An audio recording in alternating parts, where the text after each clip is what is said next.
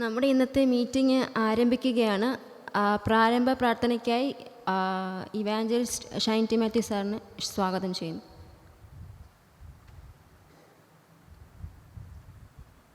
നമുക്ക് പ്രാർത്ഥിക്കാം. സ്നേഹവാനായ ഞങ്ങളുടെ സ്വർഗീയ നല്ല പിതാവേ, ഈ ദിനത്തിൻ്റെ വൈകുന്നേര സമയത്തിനായിട്ട് ഞങ്ങൾ അങ്ങേ സ്തുതിക്കുന്നു, സ്തോത്രം ചെയ്യുന്നു.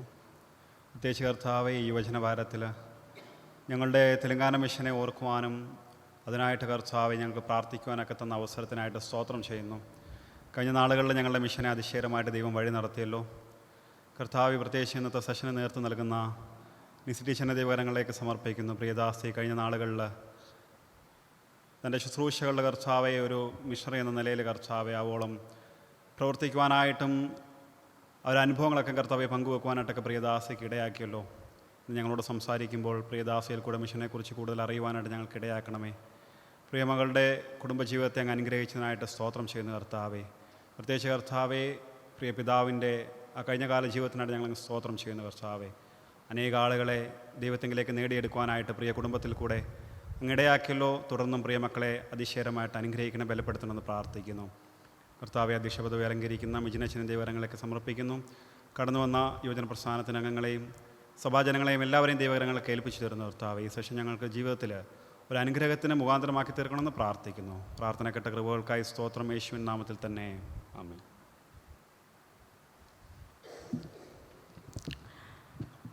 ദൈവനാമത്തിന് മഹത്വം ഉണ്ടാകട്ടെ.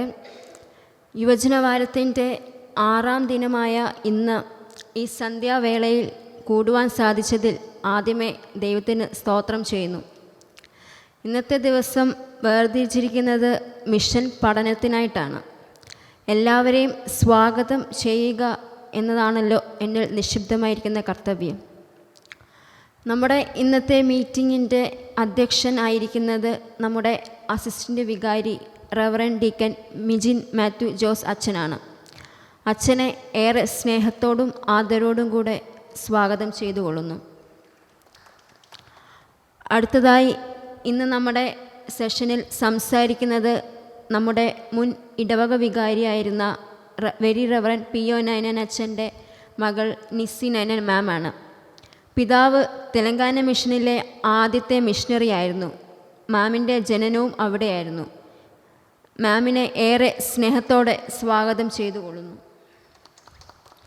പിന്നെ ഇവിടെ കടന്നു വന്നിരിക്കുന്ന പ്രൊബേഷണർ ഷൈൻ സാർ, കമ്മിറ്റി അംഗങ്ങൾ, സഭാജനങ്ങൾ, യുവജന പ്രതിനിധികൾ, യുവജന സുഹൃത്തുക്കൾ എല്ലാവരെയും ഒറ്റവാക്കിൽ സ്വാഗതം ചെയ്തുകൊണ്ട് നിർത്തുന്നു. ദൈവം നമ്മെ അനുഗ്രഹിക്കട്ടെ. അടുത്തതായി അധ്യക്ഷ പ്രസംഗത്തിനായി റവറൻ ഡീക്കൻ മിജിൻ മാത്യു ജോസ് അച്ഛനെ സ്വാഗതം ചെയ്യുന്നു.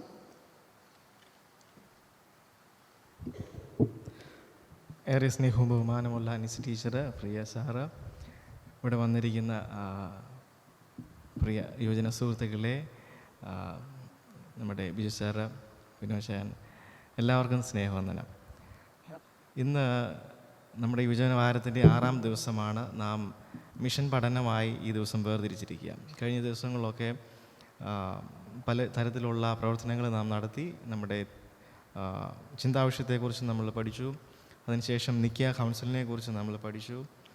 അതിനുശേഷം ബഥേൽ ആശ്രമത്തിൽ ഒരു സന്ധ്യാരാധന നമുക്ക് അവിടുത്തെ പ്രിയപ്പെട്ടവരോടൊന്നിച്ച് നമുക്ക് കൂടുവാൻ സാധിച്ചു.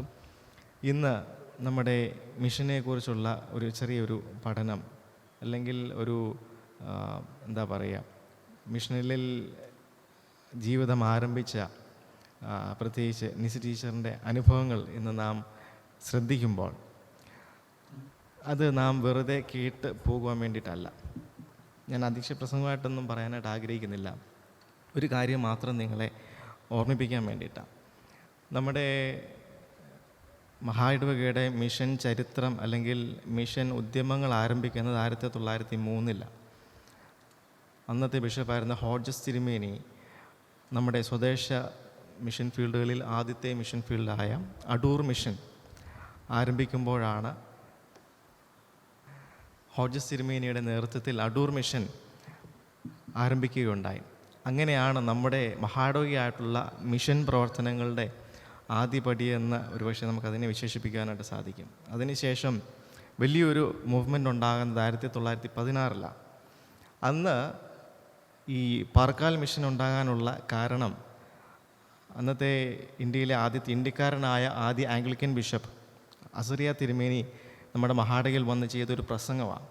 ഇപ്പം ഞാൻ ഇത് പറഞ്ഞത് ഇന്ന് നിസ് ടീച്ചറിൻ്റെ അനുഭവം നമ്മൾ ശ്രവിക്കുമ്പോൾ ടീച്ചറിൻ്റെ അനുഭവം നമ്മളോട് പങ്കുവെക്കുമ്പോൾ നമ്മുടെ ഉള്ളിൽ ചില ബോധ്യങ്ങളുണ്ടാവണം, ചില താല്പര്യങ്ങൾ നമ്മുടെയൊക്കെ ഉള്ളിൽ ഞാൻ പറഞ്ഞ പോലെ ഒരു കനലുണ്ട്.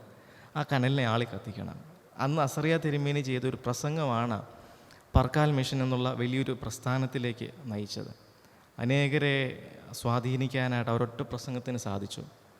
അന്നത്തെ CK ജേക്കബ് തിരുമേനിയുടെ സഹോദരൻ CK ജോൺ, അദ്ദേഹത്തിൻ്റെ നേതൃത്വത്തിൽ പർക്കാൽ മിഷൻ്റെ പ്രവർത്തനങ്ങളൊക്കെ ആരംഭിച്ചു. അങ്ങനെ ഒരു പ്രസംഗം കൊണ്ട് വലിയൊരു പ്രസ്ഥാനം, ഒരു മിഷൻ ഫീൽഡ് രൂപപ്പെടുവാൻ ഒക്കെ ധാരാളം വർഷങ്ങളെടുത്തുവെങ്കിലും ഇതുപോലെയുള്ള അവസരങ്ങളാണ് നമ്മെ ചില നിയോഗങ്ങൾ ഏറ്റെടുക്കാനായിട്ട് പ്രേരിപ്പിക്കുന്നത്.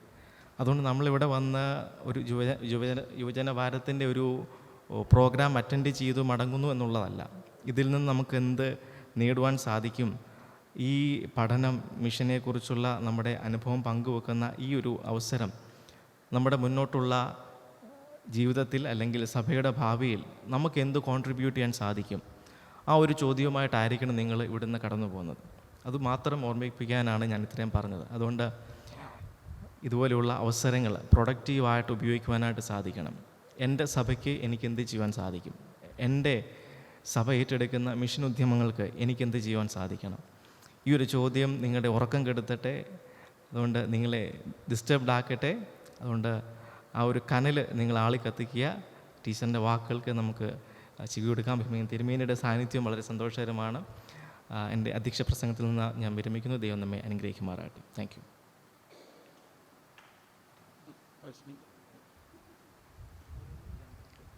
ഈ മീറ്റിങ്ങിലേക്ക് തിരുമേനി ഏറെ സ്നേഹത്തോടെ സ്വാഗതം ചെയ്യുന്നു. അടുത്തതായി നമ്മുടെ സെഷനാണ്. അതിന് സെഷൻ നയിക്കുവാനായി നിസി മാമിനെ സ്നേഹത്തോടെ സ്വാഗതം ചെയ്യുന്നു.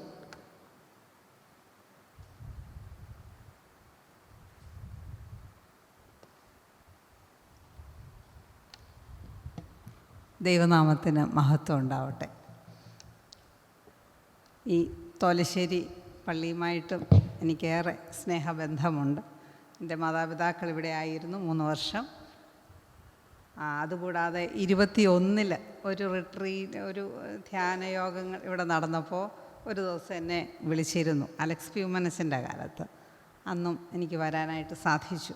ഇന്നത്തെ ഈ ഒരു വിളി അതെനിക്ക് വലിയ സന്തോഷമുള്ളൊരു കാര്യമായിരുന്നു.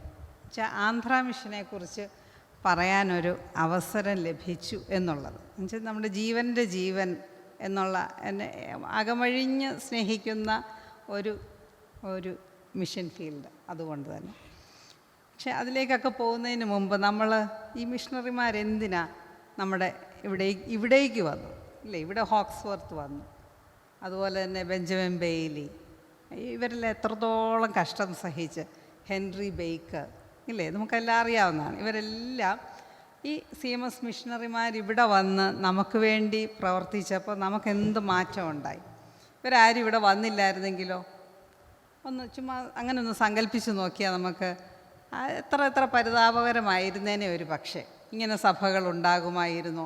നമുക്ക് ഇത്രയൊക്കെ വചനം പഠിക്കാൻ പറ്റുമായിരുന്നോ? നമുക്ക് ഇത്രയും വിദ്യാഭ്യാസം കിട്ടുമായിരുന്നോ? നമ്മുടെ നാട് എങ്ങനെ ഇരുന്നേനെ?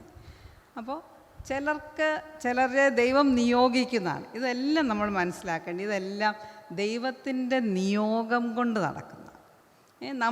നമ്മൾ അതിനായിട്ട് സമർപ്പിക്കുമ്പോൾ നമ്മളെ ദൈവം അങ്ങ് ഉപയോഗിക്കും. അപ്പോൾ ഇന്നിവിടെ വന്നിരിക്കുന്ന നിങ്ങൾ യുവജനങ്ങൾ, പ്രത്യേകിച്ച് യുവജനങ്ങൾ ആ ഒരു ആവേശം കൈക്കൊള്ളുന്നവരായിട്ട് വേണം ഇന്ന് മടങ്ങിപ്പോകാൻ. ഇപ്പോൾ ഹെൻറി ബേക്കർ എല്ലാവരും ആ യുവപ്രായത്തിലാണ് വന്നിരിക്കുന്നത്. ആരും പ്രായമായിട്ടല്ല മിഷണറിമാരായിട്ട് പോകുന്നത്. നിങ്ങളുടെ ഈ പ്രായത്തിലാണ് തീരുമാനങ്ങൾ. അതുകൊണ്ട് ഇപ്പോൾ ഹെൻറി ബേക്കർ 25 വയസ്സുള്ളപ്പം കോട്ടയം പ്രദേശത്ത് വന്നു.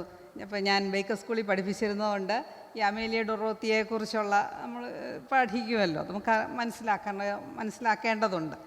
അപ്പോൾ ഇവർ എത്ര ചെറുപ്പത്തിലാണ്, 19 വയസ്സിലൊക്കെ വിവാഹം കഴിച്ച് നാട്ടിൽ ഇവിടെ വന്ന്, ആ നാടും വിട്ട് ഇവിടെ വന്ന് ഇപ്പോൾ ഹെൻറി ബേക്കർ പോരാൻ നേരം പോരണമെന്ന് ആഗ്രഹിച്ച് അവിടുത്തെ CMS ആ പ്രസ്ഥാനത്തോട് ചോദിക്കുമ്പോൾ പറയുന്നത്, നിങ്ങൾക്ക് അതിന് പോകാനുള്ള ഡോക്ടർ പോലും വിധിച്ചു, നിനക്ക് ആരോഗ്യമില്ല, നീ അത്രയും ചൂടുള്ള പ്രദേശത്തേക്ക് പോയ 6 മാസം പോലും ജീവിക്കുകയില്ല എന്ന് പറഞ്ഞു. പക്ഷെ അദ്ദേഹത്തിൻ്റെ വലിയൊരു മനസ്സായിരുന്നു. അദ്ദേഹത്തിന് നല്ല രീതിയിൽ അവിടെ ജീവിക്കാമായിരുന്നു. നല്ല വിദ്യാഭ്യാസമൊക്കെ ലഭിച്ചതാണ്. അവിടെ പിതാവിന് നല്ല ബിസിനസ് ഉണ്ടായിരുന്നതാണ്. ആ ബിസിനസ് മേഖലയിൽ പോകാമായിരുന്നു. പക്ഷേ അദ്ദേഹത്തിൻ്റെ മനസ്സിങ്ങനെ അങ്ങ് വെമ്പിക്കൊണ്ടിരുന്നു, എനിക്ക് മിഷണറിയായിട്ട് പോകണം എന്ന് വിചാരിച്ച് അദ്ദേഹം ചെന്ന് വീണ്ടും ഇവരോട് ആവശ്യപ്പെടുകയാണ്, എൻ്റെ പിതാവിൻ്റെ കയ്യിൽ നിന്ന് എനിക്ക് കിട്ടാനുള്ള സ്വത്ത് മുഴുവൻ ഞാൻ മേടിച്ച് അത് നിങ്ങൾക്ക് തരാം, അത് ചിലവും ഞാൻ വഹിച്ചോളാം, എന്നെ പോകാൻ അനുവദിക്കണം. അവസാനം നിർബന്ധം സഹിക്കാൻ വയ്യാതെയാണ് ഹെൻറി ബേക്കറിനെ പറഞ്ഞു വിടുന്നത്. ഇവിടെ 6 മാസമല്ല, എത്രയോ വർഷങ്ങൾ ചെയ്തു അല്ലേ. അതുകൊണ്ട് കോട്ടയം പ്രദേശത്തിന് വന്ന മാറ്റം, അല്ലെങ്കിൽ കേരളത്തിൽ ആകമാനമാണ് അതിൻ്റെ അലയടികൾ ഉണ്ടായിട്ടുള്ളത് ഇല്ലേ. അത്രത്തോളം മാറ്റങ്ങളല്ലേ വന്നത്. അപ്പോൾ നമുക്ക് കിട്ടിയ അത് മധ്യകേരള മഹായിടവയെ സംബന്ധിച്ച് നമുക്ക് വളരെ അഭിമാനിക്കാനുണ്ട്. നമ്മൾ തന്നെ ഇത് ഈ മുമ്പേ അച്ഛൻ പറഞ്ഞതുപോലെ 1816 തോമസ് നോർട്ടൺ വന്നു, അങ്ങനെ മിഷണറിമാരുടെ പ്രവർത്തനങ്ങൾ ഇവിടെ ആരംഭിച്ചെങ്കിൽ 1916 ആയപ്പോഴേക്കും, അതായത് 100 വർഷം കഴിഞ്ഞപ്പോൾ ഒരു മിഷൻ ഫീൽഡ് തുടങ്ങണം എന്നുള്ള ആ മോഹം നമുക്കും ഉണ്ടാവുന്നു. അത് നല്ല ചിന്തകളുടെ ഒരു പ്രതിഫലനമാണ്. അങ്ങനെയാണ് ഈ 100 വർഷത്തെ മീറ്റിങ്ങിലാണ് അസ്രിയ തിരുമേനി വരുന്നത്. അസ്രിയ തിരുമേനി എന്ന ഡോർണക്കൽ ബിഷപ്പാണ്. അവിടുന്ന് വന്ന്, അത് ആന്ധ്രാപ്രദേശിലുള്ളത്, ആന്ധ്രാപ്രദേശിൽ നിന്ന് ഇവിടെ വന്ന് ആ മീറ്റിങ്ങിൽ നമ്മളെ ആഹ്വാനം ചെയ്തു.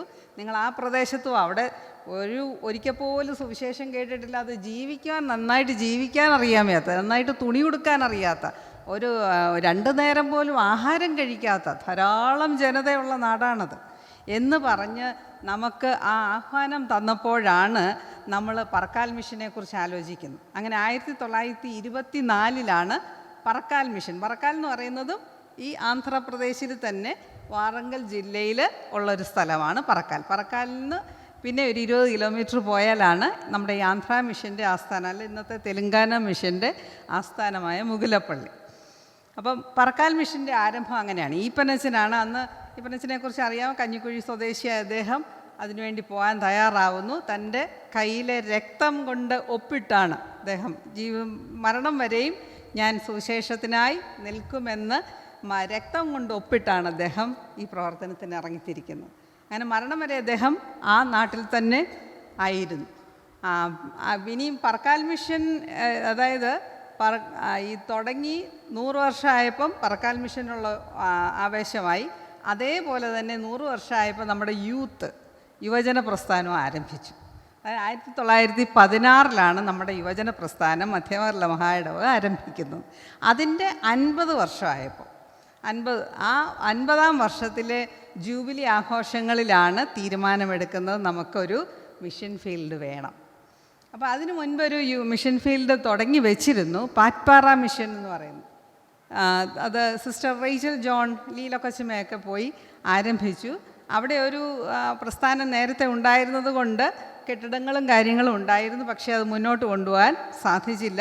മധ്യപ്രദേശിലാണ്, അതുകൊണ്ട് അതവിടെ നിന്നുപോയി. അതുകൊണ്ടാണ് യുവജനങ്ങൾ ഇനി എവിടെയെങ്കിലും ഒരു മിഷൻ ഫീൽഡ് ആരംഭിക്കണമെന്നുള്ള ആഗ്രഹം. അതൊക്കെ നമ്മളൊന്ന് സങ്കല്പിച്ച് നോക്കാം. നമ്മുടെ ഈ പ്രായത്തിൽ ഒരിക്കലും വചനം കേട്ടിട്ടില്ലാത്ത നാട്ടിലേക്ക് നമ്മൾ പോകണം എന്ന് ഉള്ള ഒരാവേശം. ഞാൻ പറയുന്നത് നിങ്ങൾ കുറച്ചുകൂടെ എന്നോട് ചോദിക്കുകയോ ഒക്കെ ചെയ്യാമേ, എന്ത് വേണമെങ്കിലും. നമ്മൾ ഇത്രയും പേരേ ഉള്ളൂ, നമുക്ക് വളരെ ഫ്രീ ആയിട്ട് സംസാരിക്കാം. തിരുമേനി ഉള്ളതും സന്തോഷം. തിരുമേനിയൊക്കെ ഇതിൻ്റെ വളരെ പ്രോത്സാഹകരാണെന്നുള്ളതാണ് നമ്മുടെ സന്തോഷം. ഞാൻ പറഞ്ഞു വന്നത്, പുതിയ മിഷൻ ഫീൽഡ് ആരംഭിക്കാനുള്ള ആ ഒരു വെല്ലുവിളി ഏറ്റെടുക്കാനുള്ള യുവത്വത്തിൻ്റെ ഒരു തീവ്രത അല്ലേ, അതെങ്ങനെയാണ് വരിക? ദൈവവുമായിട്ടുള്ള ബന്ധത്തിലാണ് വരിക അല്ലേ. കർത്താവ് നമ്മളോട് ചില കാര്യങ്ങളൊക്കെ പറഞ്ഞിട്ടുണ്ട്, അങ്ങനെ ഒന്ന് ചെയ്തു നോക്കണം. മത്തായിയുടെ സുവിശേഷം തൊട്ട് ഇങ്ങനെ ചിലയിടത്ത് ഒന്ന് എഴുതി വെച്ചാൽ നന്നായിരിക്കും. കർത്താവ് നേരെ പറഞ്ഞ വാക്യങ്ങൾ എഴുതി വെച്ചാൽ അത് നമ്മുടെ ജീവിതത്തിൽ പ്രയോജനപ്പെടുത്താൻ പറ്റുമോ എന്ന് നോക്കാം.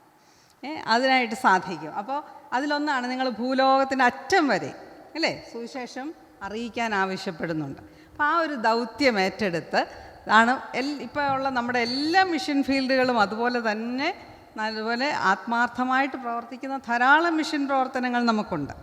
അതിലൊന്നാണ് ആന്ധ്ര മിഷൻ. അത് യുവജന പ്രസ്ഥാനം ഏറ്റെടുത്ത് ചെയ്തു എന്നുള്ളതാണ് നമ്മുടെ ഇപ്പോഴത്തെ പ്രത്യേകത. നിങ്ങൾ ഈ യുവജന വാരം ആഘോഷിക്കുന്നതും വളരെ സന്തോഷകരം. ഇത്രയും പ്രവർത്തനങ്ങൾ ഇവിടെ നടന്നതിൽ സന്തോഷിക്കുന്നു, നിങ്ങളെ അഭിനന്ദിക്കുന്നു. ഇവിടുത്തെ അച്ഛനെയും കൊച്ചച്ഛനെയും എല്ലാവരെയും അതിന് കമ്മിറ്റി അംഗങ്ങളെയും ഒക്കെ അനുമോദിക്കുന്നു. ഇത്രയും ചെയ്യാൻ തോന്നിയല്ലോ. ഒന്നും ചെയ്യാതിരിക്കുന്ന പല ഇടവകകളുമുണ്ട് അല്ലേ? യുവജനങ്ങളെ ഈ ഒരാഴ്ച ഉണർത്താത്ത പല ഇടവകകളുണ്ട്. പക്ഷെ നിങ്ങൾക്ക് അത്രത്തോളം സാധിച്ച് ഞാൻ ദൈവത്തെ സ്തുതിക്കുന്നു. നിങ്ങളുടെ ഈ ആവേശം കെട്ടുപോകരുത്. ഒരു തീരുമാനത്തിന് അച്ഛൻ പറഞ്ഞ പോലെ ഉറക്കം കെടുത്തട്ടെ, പുതിയ തീരുമാനങ്ങൾ എടുക്കാൻ നിങ്ങളെ സഹായിക്കട്ടെ എന്ന് ആഗ്രഹിക്കുകയാണ്. അപ്പം നിങ്ങൾ ആഗ്രഹിക്കുന്ന എന്താണെന്ന് ചോദിച്ചാൽ എനിക്ക് വേണേൽ പറയാമായിരുന്നു. ആന്ധ്ര മിഷൻ്റെ പ്രവർത്തനങ്ങൾ ആദ്യം മുതലുള്ളത് പറഞ്ഞാൽ മതിയോ? അതാണോ ആഗ്രഹിക്കുന്നത്? അതോ എന്തെങ്കിലും ചോദ്യങ്ങളുണ്ടോ ആർക്കെങ്കിലും? ഉണ്ടെങ്കിൽ അതിനനുസരിച്ച് നമുക്ക് മുന്നോട്ട് പോകാം. അങ്ങനെ ഒരു ഡിസ്കഷൻ ആണെന്ന് ഞാൻ വിചാരിച്ചിരുന്നത്. ആണോ? ഉണ്ടോ എന്തെങ്കിലും ചോദിക്കാൻ? ഫേബ, അവിടുത്തെ അനുഭവങ്ങൾ പറയാൻ മതിയോ? അപ്പോൾ അനുഭവങ്ങൾ പറയുമ്പോൾ ഒരു പക്ഷേ ഞാൻ എൻ്റെ പിതാവിനെയും മാതാവിനെയും കുറിച്ചൊക്കെ ഇങ്ങനെ പറയും. അതൊന്നും മനസ്സിലാക്കുക, അവരെ ഉയർത്തിക്കാട്ടാനല്ല, നമ്മുടെ ദൈവത്തിൻ്റെ തിരുനാമം മഹത്വപ്പെടാനാണ്. അവരെ ദൈവം കർത്താവിൻ്റെ കരങ്ങളിലെ ആയുധങ്ങളായിട്ട് ഉപയോഗിച്ചു എന്ന് മാത്രം. അതുകൊണ്ട് എനിക്ക് പറയാൻ സന്തോഷമാണ്. എന്നുവെച്ചാൽ അത്രത്തോളം വേദനയുടെ അനുഭവങ്ങളുണ്ട്, നല്ല അനുഭവങ്ങളുണ്ട്, എല്ലാമാണ്. ആ ദൈവികമായിട്ട് മറ്റുള്ളവർക്ക് ആ ദൈവസ്നേഹം പകർന്നു കൊടുക്കുമ്പോൾ ഉണ്ടാകുന്ന ഒരു സംതൃപ്തി എന്ന് പറയുന്നത് വളരെ വലുതാണ്. അതുകൊണ്ട് 1966 നടന്ന യുവജന കോൺഫറൻസിൽ, അത് ബഥേൽ ആശ്രമത്തിൽ വെച്ചാണ് നടക്കുന്നത്. ആ യുവജന കോൺഫറൻസിലാണ് അന്നത്തെ തിരുമേനി എം ജോൺ തിരുമേനി പറയുന്നു, യുവജനങ്ങളുടേതായിട്ടൊരു മിഷൻ ഫീൽഡ് ആരംഭിക്കണം. അത് എവിടെ വേണം എന്നുള്ളതിനെക്കുറിച്ചുള്ള അന്വേഷണമൊക്കെ നടന്നപ്പോൾ IC കുര്യനച്ചൻ, പറക്കാൽ മിഷണറി ആയിരുന്ന IC കുര്യനച്ചനാണ് പറഞ്ഞത്, ഇവിടെ ഇനി ഏറെ പ്രദേശങ്ങളുണ്ട്, ഏറെ ഗ്രാമങ്ങളുണ്ട്, ആയിരക്കണക്കിന് ഗ്രാമങ്ങളുണ്ട്, സുവിശേഷം എത്താത്ത ഒരു തരത്തിലും ഒരു ഡെവലപ്മെൻറ്റ്സും ഇല്ലാത്ത നാടുകളുണ്ട്. അതുകൊണ്ട് ഇവിടേക്ക് തന്നെ വന്നാൽ മതി എന്ന് പറഞ്ഞതുകൊണ്ട് ആ ഒരു അഭിപ്രായം ലഭിച്ചതുകൊണ്ടാണ് ഈ ആന്ധ്രാപ്രദേശ് തന്നെ വീണ്ടും തീരുമാനിക്കുന്നതും. അവിടെ അച്ഛൻ തന്നെ പോയി സ്ഥലം കണ്ടു, മുഗലപ്പള്ളി എന്ന് പറയുന്ന സ്ഥലത്ത് പോയി കണ്ടിട്ട് അവിടെ ആകാം എന്ന് തീരുമാനിക്കുകയാണ്. അപ്പോൾ അവിടെ ഒരു വീട് ഉണ്ടായിരുന്നു. ഒരു വീട്ടിൽ ഫ്രാങ്ക്ലിൻ എന്ന് പറയുന്ന ഒരു സാറ് അന്നുണ്ടായിരുന്നു. ആ സാറിന് അവിടെ ആകെയുള്ളത്, ആ മുഗലപ്പള്ളി എന്ന് പറയുന്ന ഗ്രാമത്തിൽ ആകെയുള്ളത് ഒരു ഗവൺമെൻറ് സ്കൂള് മാത്രമാണ്. അപ്പോൾ ആ സ്കൂളിലെ ഒരു അധ്യാപകനാണ്. പിള്ളേരൊന്നും ഇല്ല കാര്യമായിട്ട്, വരല്ലാണ് 1-2 പിള്ളേരൊക്കെ പഠിക്കുന്നത്. ഞങ്ങളുള്ളപ്പോൾ പോലും 3 പിള്ളേരേ ഉള്ളായിരുന്നു ആ സ്കൂളിൽ. അത്രത്തോളം വിദ്യാഭ്യാസത്തിന് പ്രാധാന്യം കൊടുക്കാത്ത നാട്ടിൽ ആ സാറിന് അവിടെ ആയിരുന്നു, ട്രാൻസ്ഫർ ആയിപ്പോയി. അപ്പോൾ ആ ഒരു വീടും അച്ഛൻ റെഡിയാക്കിയിരുന്നു.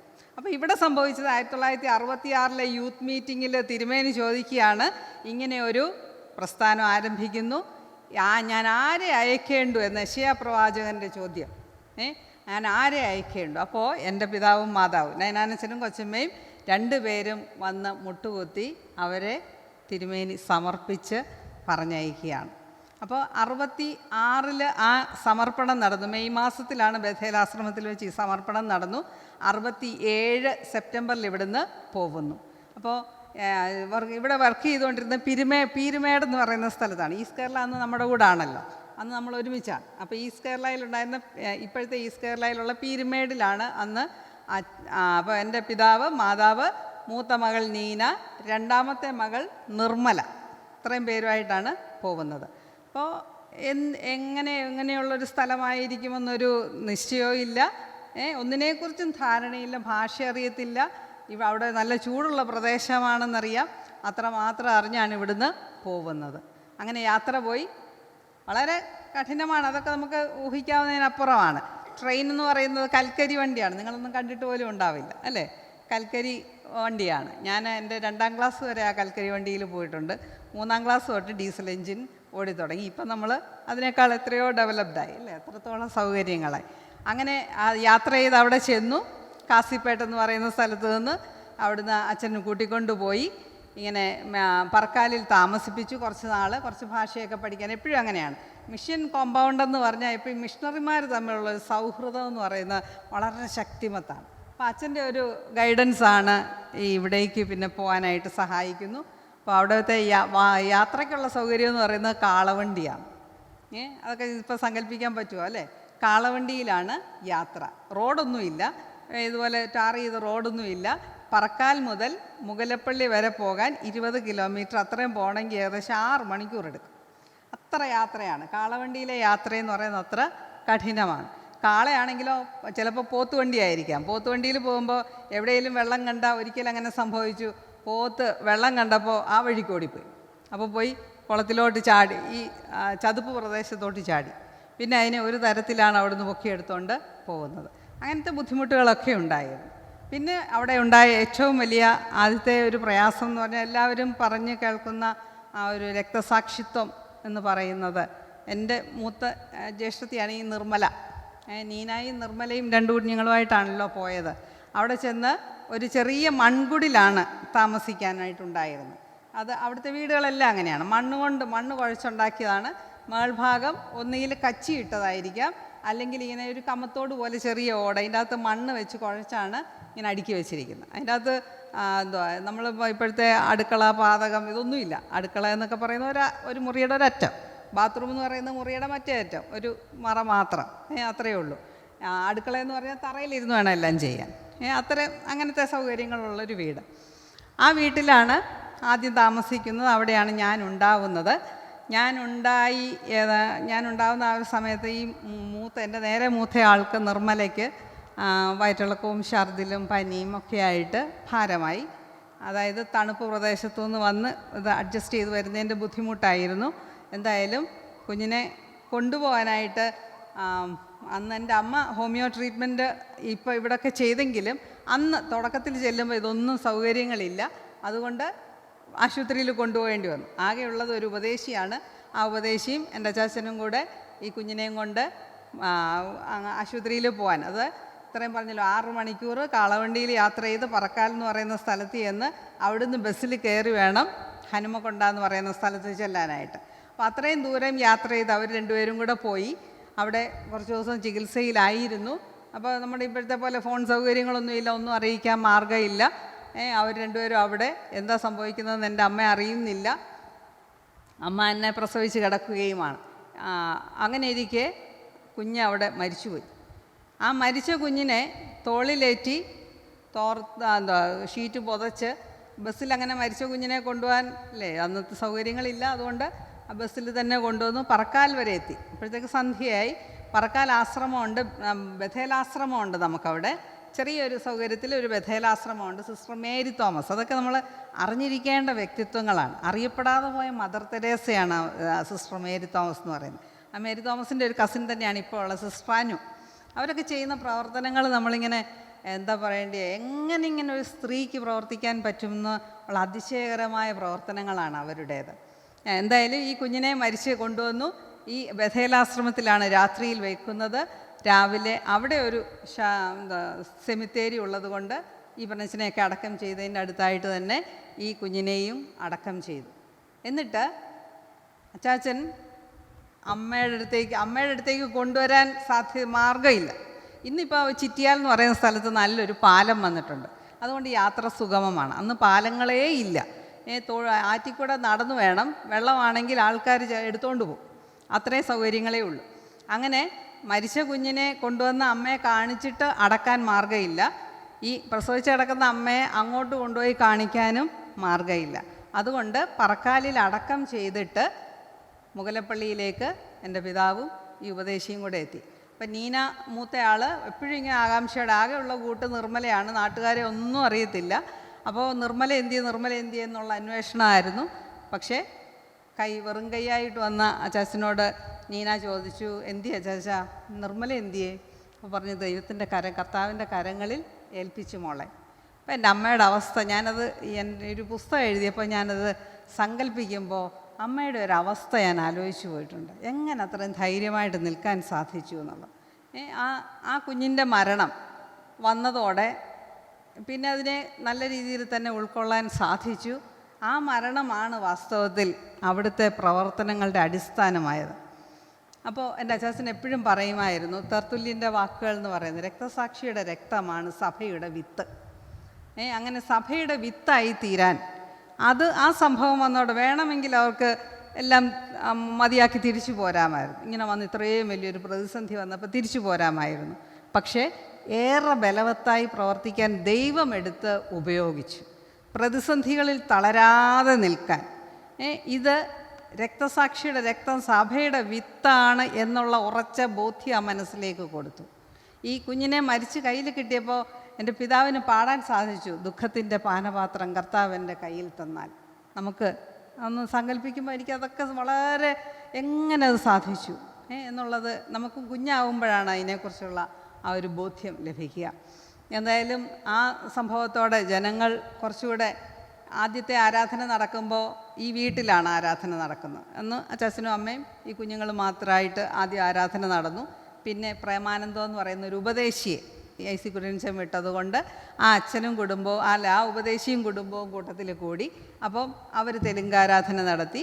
കുറച്ച് കഴിഞ്ഞപ്പോൾ ഈ നിർമ്മലയുടെ മരണം കഴിഞ്ഞപ്പോൾ ആൾക്കാരൊക്കെ പതുക്കെ ഒന്ന് ഉണരാൻ തുടങ്ങി. ഇവരെന്താ ഇത്രയും ഇവിടെ പിന്നെയും നമുക്ക് വേണ്ടി നിൽക്കുകയാണോ എന്ന് അതുവരെ അവർ സംശയത്തോടെ വീക്ഷിച്ചു. ഈ കുപ്പായൊക്കെ ഇട്ട് കാണുമ്പം അവർ പറയും, വലിയൊരു പാവാടയിട്ടൊരു മനുഷ്യൻ, അങ്ങനെയാണ് അതിനെ കാണുന്നത്, പാവാടയിട്ടൊരു മനുഷ്യൻ വരുന്നു എന്ന് പരിഹസിക്കുമായിരുന്നു. പക്ഷെ അതൊക്കെ മാറി ക്രമേണ അവിടെ വളരെ ഈ ചെറിയ വീടിൻ്റെ മുമ്പിലൊരു പന്തലിട്ടിട്ടുണ്ട്. ആ പന്തലിലാണ് ആരാധന നടക്കുക. അപ്പോൾ ആരാധനയ്ക്ക് പതുക്കെ എന്തൊക്കെയാണെന്നൊന്ന് കാണാനും കേൾക്കാനുമായിട്ട് ആൾക്കാർ കൂടി വരുമായിരുന്നു. പിന്നെ അവിടെ അവരെ രോഗം വന്നാൽ കാണുന്നത് മന്ത്രവാദിയാണ്. എന്താ വെച്ചാൽ എല്ലാ രോഗവും പിശാച് വരുത്തുന്നതാണ്, ദേവതകളുടെ കോപമാണെന്നവർ വിശ്വസിച്ചിരുന്നു. അതുകൊണ്ട് ദേവതകളെ പ്രസാദിപ്പിക്കാൻ വേണ്ടി മന്ത്രവാദി എന്തു പറയുന്നോ അതെല്ലാം ചെയ്യുന്ന രീതിയായിരുന്നു ആ നാട്ടിൽ ഉണ്ടായിരുന്നത്. അപ്പോൾ രോഗത്തിന് ചികിത്സയല്ല, മറിച്ച് മന്ത്രവാദമാണ് ചെയ്യുന്നത്. അപ്പം ഓരോന്ന് ജപിച്ച് അവിടെ കെട്ടും, കെട്ടും, അതൊക്കെ കെട്ടിയും. അല്ലെങ്കിൽ പാമ്പ് കടിച്ചാൽ അവർ ചെയ്യുന്നത് എന്തെന്നറിയാം, പാമ്പ് കടിച്ചാൽ ഈ കോഴിയുടെ പിൻഭാഗം കൊണ്ട് ഇങ്ങനെ കടിച്ചെടുത്ത് ഞെക്കും. അപ്പോൾ ഇത് വികസിക്കുകയും ചുരുങ്ങുകയും ചെയ്യുമ്പോൾ കുറച്ച് വിഷമൊക്കെ വലിച്ചെടുക്കും എന്ന് അവർ കരുതിയിരുന്നു. 5-6 കോഴി ചത്താലും വിഷം മുഴുവൻ പോവുകയില്ല, രോഗിയും ചാവും കോഴിയും ചാവും. അതായിരുന്നു അവിടുത്തെ സ്ഥിതി.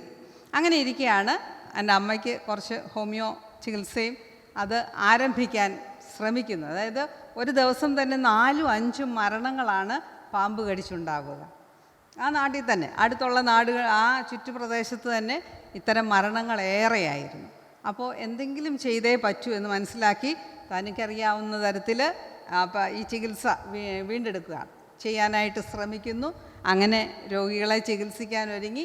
ഹോമിയോപ്പതിയിൽ വിഷചികിത്സയ്ക്ക് മരുന്നുണ്ടെന്ന് അത് മനസ്സിലാക്കിയെടുത്ത് അത് പ്രയോഗിക്കാൻ ശ്രമിക്കുകയാണ്. ഇതെല്ലാം ദൈവത്തിൻ്റെ നടത്തിപ്പാണ്. അത് ഒരു പക്ഷേ ഹോമിയോ ഇവിടെ നമ്മൾ ചെയ്യാൻ ധൈര്യപ്പെടുകയല്ല, പക്ഷേ അവിടെ അത് ചെയ്തപ്പോൾ അത് പ്രയോജനപ്പെട്ടെങ്കിൽ ദൈവത്തിൻ്റെ കരങ്ങളാണ്, അവിടെ കരങ്ങൾ പ്രവർത്തിച്ചത് കൊണ്ടാണ്. ഇത്രയും വർഷങ്ങൾ ഇപ്പോഴും ആ ചികിത്സ നടന്നുകൊണ്ടിരിക്കുന്നു. അപ്പോൾ ഇപ്പോഴും ആ ദൈവിക പ്രവർത്തനങ്ങൾ നടക്കുന്നത് കൊണ്ടാണ് 10,000-കണക്കിന് ആൾക്കാർ ഇതിൽ നിന്നുമെല്ലാം വിടുതൽ പ്രാപിക്കുന്നത്. രാത്രിയാകുമ്പോൾ ഒരു സന്ധ്യ മയങ്ങുമ്പോൾ കാളവണ്ടി ദുരിതുരാ വരും, വലിയ ഒച്ചയിലാണ്. അതിനകത്തിരിക്കുന്ന മനുഷ്യർ നമ്മൾ മനസ്സിലാക്കണം, വിദ്യാഭ്യാസം ഇല്ലാത്തത് കൊണ്ട് തന്നെ അവരുടെ പ്രതികരണം ആ തരത്തിലാണ്. ഒന്നും നമ്മൾ പറയുന്ന പോലെയുള്ള സംയമനത്തിൽ ഇടപെടാൻ അവർക്കറിയത്തില്ല. അലറി കൂവി കരഞ്ഞ് ബഹളം വെച്ചാണ് വരിക. അവിടുന്ന് അമ്മാന്ന് വിളിച്ചുകൊണ്ട് വരുന്നത് നമുക്ക് കേൾക്കാം. അപ്പോൾ എൻ്റെ അമ്മ ഇങ്ങനെ റെഡിയായിട്ട് നിൽക്കുകയാണ് മരുന്ന് കൊടുക്കാൻ. ഈ രോഗിക്ക് 5 മിനിറ്റ് ഇടവിട്ട് മരുന്ന് കൊടുത്തുകൊണ്ടിരിക്കണം. അപ്പോൾ ബാക്കി കാര്യങ്ങൾ, സ്വന്തം കാര്യങ്ങളെല്ലാം ഉപേക്ഷിച്ചിട്ടാണ് ഇതിനു വേണ്ടി മാറ്റിവെക്കുന്നത്. ഇപ്പോൾ സന്ധ്യയ്ക്ക് വന്നാൽ ചിലപ്പം ഈ രോഗി പോകുന്ന 4-5 ദിവസം കഴിഞ്ഞിട്ടായിരിക്കാം. അപ്പോൾ അതുവരെയും ഈ കൂടെ ഇരുന്ന് 5 മിനിറ്റ് ഇടവിട്ട് മരുന്ന് കൊടുത്തുകൊണ്ടേയിരിക്കണമായിരുന്നു. അമ്മയ്ക്ക് അതിനും സാവകാശം ദൈവം കൊടുത്തു. രാത്രി മുഴുവൻ ഉറങ്ങാതിരുന്നിട്ടുണ്ട്. ഉറങ്ങിയ രാത്രികൾ വളരെ കുറവാണ്. അത്രത്തോളം ചികിത്സിക്കാനും അതിലൂടെ ഇത്രയും പേർക്ക് വിടുതൽ, ഒരു ലക്ഷക്കണക്കിന് ആൾക്കാർക്ക് ഈ പാമ്പിൻ്റെ കടിയിൽ നിന്നും തേളതുപോലെയാണ്, വലിയ തേളാണ്, വലിയ കറുത്ത തേളാണ്. നമ്മുടെ ഇവിടെ കാണുന്ന ഇത്രയുള്ള തേളല്ല, വലിയ തേളുകളാണ്. അതിന് അതിൻ്റെ നല്ല വിഷമാണ്, ഭയങ്കര അതിവേദനയും കട്ടുകഴപ്പുമാണ്. അതിനുമൊക്കെ മരുന്നുകൾ ഉപയോഗിക്കാൻ സാധിച്ചു എന്നുള്ളത് അവരെല്ലാം നമ്മുടെ വീടിൻ്റെ വരാന്തയിലാണ്. പിന്നെ ഈ പഴയ വീട് കഴിഞ്ഞ് 4 വർഷം കഴിഞ്ഞപ്പോഴേക്കും മറ്റൊരു വീട്, ഇന്നും ആ പാഴ്സനേജ് തന്നെയാണ്, അങ്ങനെ ഒരു വീട് പണിയാൻ സാധിച്ചു. അതിൻ്റെ മുൻപിലത്തെ മുറി എന്ന് വെച്ചിട്ട് നീളമുള്ളൊരു മുറിയാണ്. ആ നീളമുള്ള മുറിയിൽ പകൽ മുഴുവൻ ക്ലിനിക്ക് നടത്തും, 6 ദിവസവും ക്ലിനിക്ക് നടക്കും. നമ്മുടെ ശരിക്കും ഫ്രണ്ട് റൂമാണ്, പക്ഷേ ഒരിക്കലും നമുക്ക് ഉപയോഗിക്കാൻ പറ്റാറില്ല. 6 ദിവസവും അവിടെ ക്ലിനിക്കായിരിക്കും. 7-ാം ദിവസം ഇതെല്ലാം മാറ്റി വൃത്തിയാക്കി ആരാധനയായിരിക്കും. അങ്ങനെയാണ് ആ 16 വർഷക്കാലവും ആരാധന നടന്നത് ഈ വീട്ടിൽ തന്നെയാണ്. അതിനുശേഷം തോമസ് കെ ഉമ്മൻ തിരുമേനി അച്ഛനായിട്ട് അടുത്ത മിഷണറി ആയിട്ട് വരുമ്പോഴാണ് ദേവാലയം പണിയുന്നത്. അതുവരെയും ആരാധന ഇവിടെ തന്നെ നടന്നു. ഞാൻ പറഞ്ഞത് വൈദ്യരംഗത്ത് ഇപ്പോഴും ശുശ്രൂഷകൾ ആവശ്യമാണ്. നമ്മൾ മനസ്സിലാക്കേണ്ട എന്താ ഓരോ കാലത്തിൻ്റെ ഓരോ സ്ഥലത്തിൻ്റെ ആവശ്യം. അതുപോലെ തന്നെ വാറങ്കൽ ജില്ലയിൽ തന്നെ മറ്റൊരു സ്ഥലമുണ്ട്, ഏട്ടൂർ നാഗാരം. നിങ്ങൾ കേട്ടിട്ടുണ്ടോ? ഏട്ടൂർ നാഗാരം, അവിടെ ഒരു മിഷൻ ഫീൽഡുണ്ട്. ആരുടെയാണെന്നറിയാമോ? സൗത്ത് കേരളയുടേത്. അവിടെ അതുപോലെ ഒരു മിഷൻ ഫീൽഡ് ആരംഭിക്കാനായിട്ട് ഇതുപോലെ അച്ചാച്ചൻ ഇവിടെ വന്ന് നമ്മുടെ ഡയസിൽ പറഞ്ഞു. പക്ഷേ അതുകൂടെ താങ്ങാനുള്ള ശേഷി നമുക്കുണ്ടായിരുന്നില്ല. അതുകൊണ്ട് അന്ന് യേശുദാസൻ തിരുമേനിയാണ് സൗത്ത് കേരളയിൽ. യേശുദാസൻ തിരുമേനിയോട് ചോദിച്ചപ്പോൾ അവർ റെഡിയായി അത് ഏറ്റെടുക്കുകയാണ്. ഇന്നിപ്പോൾ ആ മിഷൻ ഫീൽഡ് എന്ന് പറയുന്നത് നമ്മുടെ ഇതിനേക്കാളേറെ 30-35 മിഷൻ ഫീൽഡുകൾ തന്നെ അവർക്കുണ്ടായി. അവിടെ ധാരാളം, ഒരു 120 ഗ്രാമങ്ങൾ അവർ ഏറ്റെടുത്ത് ചെയ്യുന്നുണ്ട്. ഞാൻ പറഞ്ഞത് നമ്മൾ ഒരാളെന്നുള്ളതല്ല, നമ്മളായിക്കൊണ്ട് മുന്നോട്ടിറങ്ങിയാൽ അത് മറ്റുള്ളവർക്കൂടെ ഒരു വഴികാട്ടിയായിട്ട് മാറുകയാണ്. അങ്ങനെയാണ് സൗത്ത് കേരളക്കാർ അവിടെ വന്ന് പ്രവർത്തനങ്ങൾ ഏറ്റെടുത്ത് ചെയ്യുന്നതും. ഇന്നിപ്പോൾ അവിടെ അതുപോലെ വിദ്യാഭ്യാസ സ്ഥാപനങ്ങളും ഏറെയായി. വിദ്യാഭ്യാസത്തിനുള്ള പ്രാധാന്യം തീരെ കുറവായിരുന്നു. ആർക്കുമേ വിദ്യാഭ്യാസമില്ല. ഇവരുടെ വേഷം എന്ന് പറയുന്നത് നിങ്ങൾ കണ്ടിട്ടുണ്ട്, താറ് പാച്ചുന്ന രീതിയാണ്. സ്ത്രീകൾക്കൊന്നും നല്ല സാരികളൊന്നും ഉണ്ടായിരുന്നില്ല. അവരിങ്ങനെ കീറിയത് കെട്ടിയിട്ടാണ്, തയ്ക്കാൻ പോലും അറിയത്തില്ലാത്തതുകൊണ്ട് കെട്ടിയിട്ട സാരികളായിരുന്നു. കുളിക്കാൻ അവർക്ക് വെള്ളമില്ല, അതുകൊണ്ട് ആഴ്ചയിൽ 1 കുളിക്കാറുള്ളൂ. നമ്മൾ ബസ്സിലൊക്കെ കയറിയാൽ നമുക്ക് നാറ്റം കൊണ്ട് സഹിക്കത്തില്ല. നമ്മൾ ഓർക്കും എവിടുന്ന് ഈ നാറ്റം വരുന്നത്. പക്ഷേ മനുഷ്യർ കുളിക്കാതാണ് നടക്കുക. അവർ മുടിയൊക്കെ പിന്നെ സ്ത്രീകളെല്ലാം നല്ല രസമായിട്ട് പൂവൊക്കെ വെച്ച് നടക്കും, പക്ഷേ കുളിയില്ല, വെള്ളമില്ലാത്തത് കൊണ്ട്. ഇനി നമ്മുടെ വീടിൻ്റെ മുൻപിൽ ഒരു കിണറുണ്ടായിരുന്നു. അന്ന് ആ ചെന്ന ഉടനെ ആദ്യത്തെ സംഭവമാണ്, അവിടെ ചെന്നപ്പോൾ ആ കിണറ്റിലെ വെള്ളം ഭയങ്കര ഉപ്പാണ്. ഉപ്പുമാങ്ങ ഇടാൻ കൊള്ളാവുന്ന തരത്തിലുള്ള ഉപ്പായിരുന്നു. അപ്പം അവിടെയുള്ള മനുഷ്യരെങ്ങനെയാണ് വെള്ളം ശേഖരിക്കുന്നതെന്ന് അന്വേഷിച്ചപ്പോഴാണ് മനസ്സിലാവുന്നത്, ഇവർ ആറ്റിൽ പോകും. ആറ്റിൽ പോയിട്ട് ആറിൻ്റെ ഉണങ്ങിക്കിടക്കുന്ന സ്ഥലത്ത് പതുക്കെ ഇങ്ങനെ കുഴിയെടുക്കും. കൈകൊണ്ട് ഇങ്ങനെ തോണ്ടി എടുക്കുമ്പോൾ വെള്ളം ഇങ്ങനെ അരിച്ചു വരും. ആ അരിച്ചു വരുന്ന വെള്ളം ഇങ്ങനെ കൈക്കകത്ത് കോരിയാണ് കുടത്തിൽ ഒഴിച്ചുകൊണ്ട് വരുന്നത്. അത്ര വളരെ പരിതാപകരമായ അവസ്ഥയായിരുന്നു. അങ്ങനെ ഇരിക്കുകയാണ് ഈ കിണറ്റിലെ വെള്ളം, ഉപ്പ് വെള്ളം. നമുക്ക് എങ്ങനെ പോകും? മുതലപ്പള്ളിയുടെ 3 വശത്തും ആറാണ്. 1 കിലോമീറ്റർ നടന്നാൽ ആറ്റിൽ ചെല്ലാം. പക്ഷേ നമുക്ക് ആ വെള്ളശേഖരണം, പശുവിനെ പന്നി വന്ന് അതിൻ്റെ അകത്ത് വന്ന് വെള്ളം കുടിക്കും, ബാക്കി മൃഗങ്ങളെല്ലാം അതിനെ കുളിപ്പിക്കുന്നതും എല്ലാം ഇതിൻ്റെ അകത്താണ്. ആ വെള്ളമാണ് ഈ മനുഷ്യർ എടുത്തുകൊണ്ട് പോകുന്നത്. പിന്നെ അല്ലെങ്കിൽ ഒരു ഗ്രാമത്തിനൊരു കിണർ കാണും, അതിങ്ങനെ ഏകദേശം ഇത്രയും വിസ്താരത്തിലുള്ള കിണറാണ്. ഒരു 8-10 കപ്പി ഇട്ടിരിക്കും, അത്രയും കോരാവുന്നത് പോലെ ഇട്ട് കൊടുക്കും. അതും ചുമന്ന് ഒരു മൈലുകൾ നടന്നാലേ സ്വന്തം വീട്ടിലെത്തിക്കാൻ പറ്റുള്ളൂ. അങ്ങനെ ഇരിക്കുകയാണ് നമ്മുടെ കിണറിൻ്റെ ഈ പരിതാപകരമായ അവസ്ഥയിൽ എൻ്റെ അച്ചാച്ചനും അമ്മയും കുഞ്ഞും അനീനായും കൂടെ ഈ കിണറിൻ്റെ അടുത്ത് പോയി നിന്ന് പ്രാർത്ഥിച്ചു. മാറായിലെ വെള്ളം എന്തായി? മധുരമായി അല്ലേ? ഒരു കമ്പെടുത്തിടാൻ കർത്താവ് പറഞ്ഞു, ദൈവം പറഞ്ഞപ്പോൾ എന്ന് പറഞ്ഞതുപോലെ മാറായിലെ വെള്ളം മധുരമായതുപോലെ തന്നെ വലിയൊരു അത്ഭുതം സംഭവിച്ച് ഈ വെള്ളം മധുരമായി. അത് എല്ലാ ജനങ്ങളും ഉപയോഗിക്കത്തക്ക വിധത്തിൽ ഈ ഒരു 1.5 കിലോമീറ്റർ ചുറ്റളവിലുള്ള സർവ്വരും അവിടെ വന്ന് വെള്ളം കോരാൻ തുടങ്ങി. അത് വന്നാലോ അവിടെ ജാതി സ്പർദ്ധ വളരെ കൂടുതലായിരുന്നു. അപ്പം മാതിക എന്നൊക്കെ പറയുന്ന ജാതികൾ വളരെ താണ ആൾക്കാരായിട്ട് കരുതിയിരുന്നു. അവരും വെള്ളം കോരാൻ വരും. അവർ വെള്ളം കോരാൻ വന്നാൽ ഇവർ ഉയർന്ന ജാതിക്കാർ വെള്ളം കോരുമ്പം ആ കിണറയിലൊന്ന് തൊട്ടാൽ മതി, ഇവർ കോരിയ വെള്ളം മുഴുവൻ ഒഴിച്ചു കളയും. അത്രത്തോളം ജാതി വ്യവസ്ഥ വളരെ ശക്തമായിരുന്നു. അനാചാരങ്ങളും ഏറെയായിരുന്നു. ദേവതകളെ പ്രസാദിപ്പിക്കുന്നു. പിന്നെ ബസ്സിലൊക്കെ കയറുമ്പോൾ ഇങ്ങനെ ആരെങ്കിലും ഒന്ന് തുമ്മിയാൽ യാത്ര പോകാൻ സമ്മതിക്കത്തില്ല, അവിടെ നിർത്തും. ഒന്നിൽ ആ തുമ്മിയ ആൾ ഇറങ്ങിപ്പോണം, എന്നാലേ വണ്ടി വിടത്തുള്ളൂ. അത്രത്തോളം നമുക്ക് സങ്കല്പിക്കാൻ പറ്റുമോ? നമ്മൾ തുമ്മിയിട്ട് നമ്മളെ ഇറക്കി ബസ്സും പോകത്തില്ല. അതൊക്കെ സങ്കല്പിക്കുന്നതിനപ്പുറമുള്ള അനാചാരങ്ങളായിരുന്നു. അത്രത്തോളം വളരെ തീരെ പരിഷ്കാരമില്ലാത്ത. ഞാൻ നല്ല സന്തോഷത്തോടെ ഒരു കാര്യം പറയട്ടെ. 50 വർഷങ്ങൾക്ക് ശേഷം ഞാൻ അവിടെ പോകാനായിട്ട് എനിക്ക് സാധിച്ചു. അവിടെ ചെല്ലുമ്പോൾ ഇപ്പോൾ കാണുന്ന കാഴ്ച നമ്മുടെ ഒരു 50 വർഷം പിറകിലാണ് എങ്കിലും വളരെ സന്തോഷമായിട്ട് പള്ളിയിലിരുന്ന് കൈയടിച്ച് നല്ല വെള്ള വസ്ത്രമൊക്കെ ഇട്ട് വന്ന് കൈയടിച്ച് പാട്ട് പാടി ദൈവത്തെ സ്തുതിച്ച് ഇപ്പോൾ അന്നത്തെ പോലത്തെ ഒരു കുടിലുകളും അവിടെ ഇല്ല. എല്ലാം സാമാന്യം ഭേദപ്പെട്ട വീടുകളായി. എല്ലാം ധാരാളം കുട്ടികൾക്ക് വിദ്യാഭ്യാസമായി. അപ്പം നമ്മളവിടെ വിദ്യാഭ്യാസം ആരംഭിക്കുന്നത് എങ്ങനെയാണെന്ന് ചോദിച്ചാൽ ആദ്യം തുടങ്ങുന്നത് നൈറ്റ് ക്ലാസ്സാണ്. അത് ഞാൻ ഓർക്കുന്നുണ്ട്. എൻ്റെ 2 വയസ്സ് 3 വയസ്സ് കാലത്തൊക്കെ ഞാൻ നന്നായിട്ട് ഓർക്കുന്നുണ്ട്. ഞാനും പോയി അവരുടെ സ്ലേറ്റിലൊക്കെ എഴുതി കൊടുക്കുന്നത്. അപ്പോൾ പ്രായമുള്ളവരാണ് വരുന്നത്. പ്രായമുള്ളവർ സ്ലേറ്റും പെൻസിലും ഒക്കെ ആയിട്ട് വരും. നമുക്കന്ന് ലൈറ്റില്ല. പെട്രോമാക്സ് കണ്ടിട്ടുണ്ടോ? നല്ല ശക്തിയിലടിച്ച് വിട്ടാൽ ഇച്ചിരി നല്ല വെട്ടം കിട്ടുന്ന ആ പെട്രോമാക്സ് തൂക്കിയിട്ട് ഇങ്ങനെ ആൾക്കാർ നമ്മുടെ മുറ്റത്തിരിക്കും. വീടിൻ്റെ മുറ്റത്താണ് ആൾക്കാരിയ്ക്കുന്നത്. ഒരു ഉപദേശിയുണ്ട് പഠിപ്പിക്കാൻ. ആ ഉപദേശിയാണ് ഇവർക്ക് അക്ഷരം എഴുതി കൊടുത്ത് പറഞ്ഞു കൊടുത്തു, അക്ഷരങ്ങൾ പഠിപ്പിച്ചു, ആ കൂട്ടത്തിൽ പാട്ടുകൾ പഠിപ്പിച്ചു, കഥകളായി. അങ്ങനെ നമ്മൾ വചനവും അവർക്ക് പറഞ്ഞു കൊടുക്കുന്നു. ക്രിസ്തീയത എന്ന് പറയുന്നത് വാസ്തവത്തിൽ നമ്മുടെ ഉത്തരവാദിത്വം വലിയ കെട്ടിടങ്ങളൊന്നുമല്ല. ഏറ്റവും പ്രധാനപ്പെട്ട ഉത്തരവാദിത്വം കർത്താവിനെ കാണിച്ചു കൊടുക്കുക എന്നുള്ളത്. അപ്പം ദൈവത്തിൻ്റെ സ്നേഹം പ്രവർത്തനത്തിലൂടെ കൊണ്ടുവന്നെങ്കിലേ ജനങ്ങളെ നേടാനായിട്ട് സാധിക്കുകയുള്ളൂ, അല്ലേ? ഇപ്പം വിശന്നിരിക്കുന്ന ഒരാളോട് നമ്മൾ വചനം പറഞ്ഞിട്ട് കാര്യമില്ല. വചനം പറയുന്നതിന് മുൻപ് എന്ത് കൊടുക്കണം? ആഹാരം കൊടുക്കണം. വസ്ത്രം ധരിക്കാത്ത കുഞ്ഞുങ്ങളാണ് അതുവഴി എല്ലാം ഓടി നടന്നിരുന്നത്. ആൺപിള്ളേരൊന്നും തുണിയേ ഉടുക്കത്തില്ല, അവർക്കില്ല.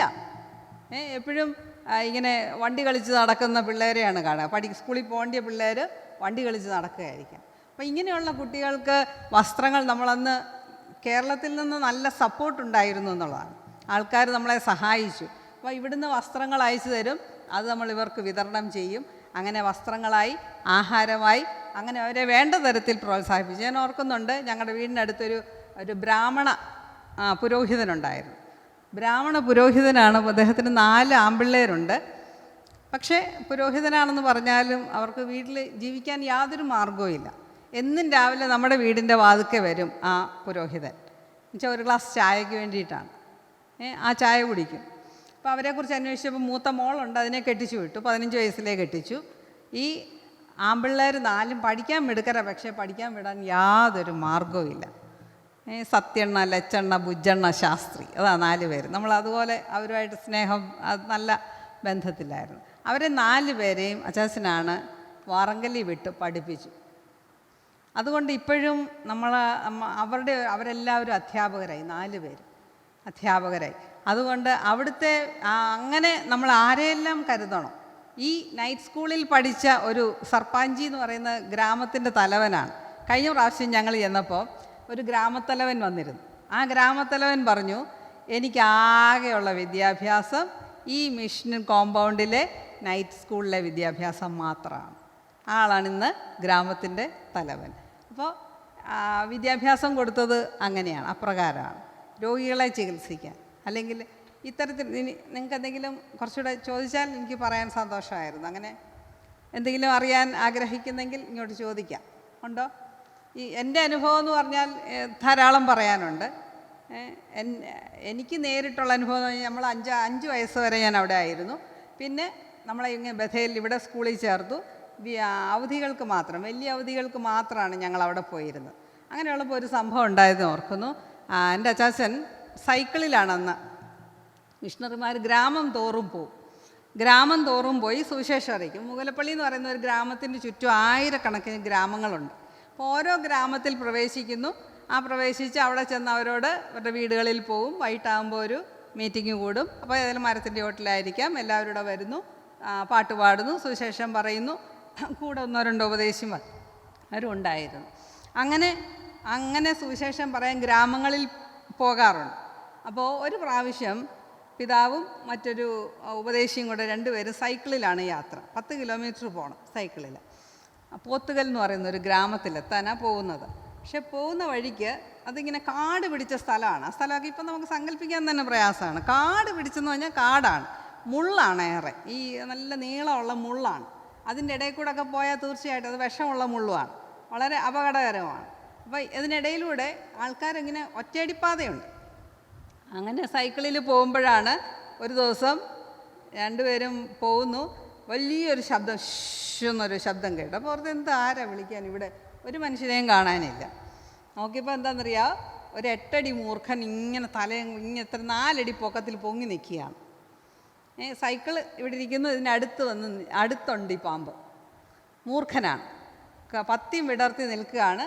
ഈ രണ്ടുപേരും പേടിച്ചു പോയി, വസ്ത്രത്തിൽ പേടിച്ചു. എന്തു ചെയ്യും?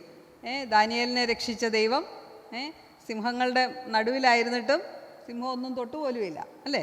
ഇതൊക്കെ ഹൃദയത്തിലുള്ള വിശ്വാസത്തിൽ ഉറച്ചു നിന്ന് ദൈവത്തെ വിളിച്ചു.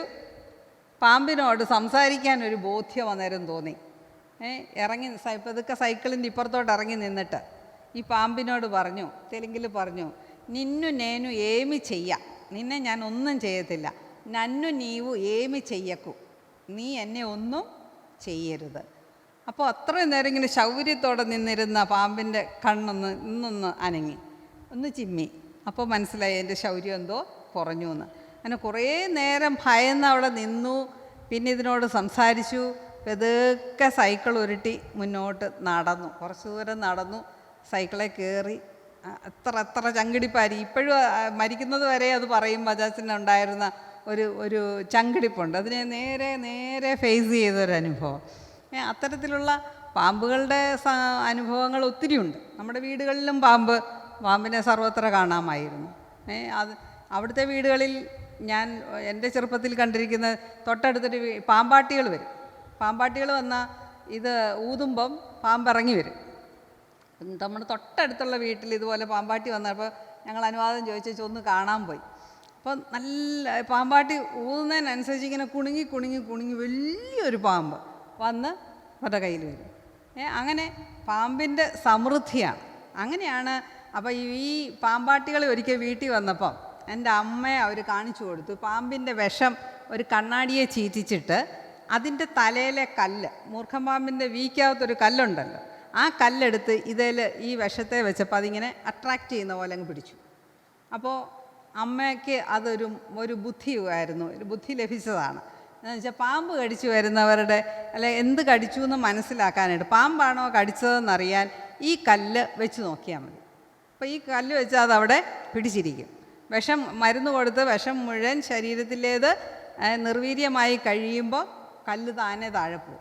ചിലപ്പം 6-7 ദിവസം വരെ ഇരിക്കും. അപ്പോൾ അതൊരു സൗകര്യമായി തീർന്നു. പാമ്പാട്ടികളുടെ കയ്യിൽ നിന്ന് അങ്ങനെ ഒരു വിവരം കിട്ടി. ആ കല്ലുകൾ ഉപയോഗിച്ചാണ് ഇങ്ങനെ പാമ്പാണോ കടിച്ചത്, അതോ തേളാണോ കടിച്ചത്, അല്ല വേറെ വല്ലതും ആണോ എന്നൊക്കെ അറിയാൻ ഇത് സഹായകമായിരുന്നു. പിന്നെ അവർ ചിലപ്പോൾ പാമ്പിനെ കൊണ്ടുവരും. കൊന്നാലും അവർക്ക് പേടിയാണ് കൊല്ലാൻ. അഥവാ കൊന്നാൽ അതിൻ്റെ വായിലൊരു 25 പൈസ തുട്ട് വെച്ചിട്ടേ അതിനെ കത്തിക്കത്തുള്ളൂ. പാപമോക്ഷം പോലെ അവർ ചെയ്യുന്നത്.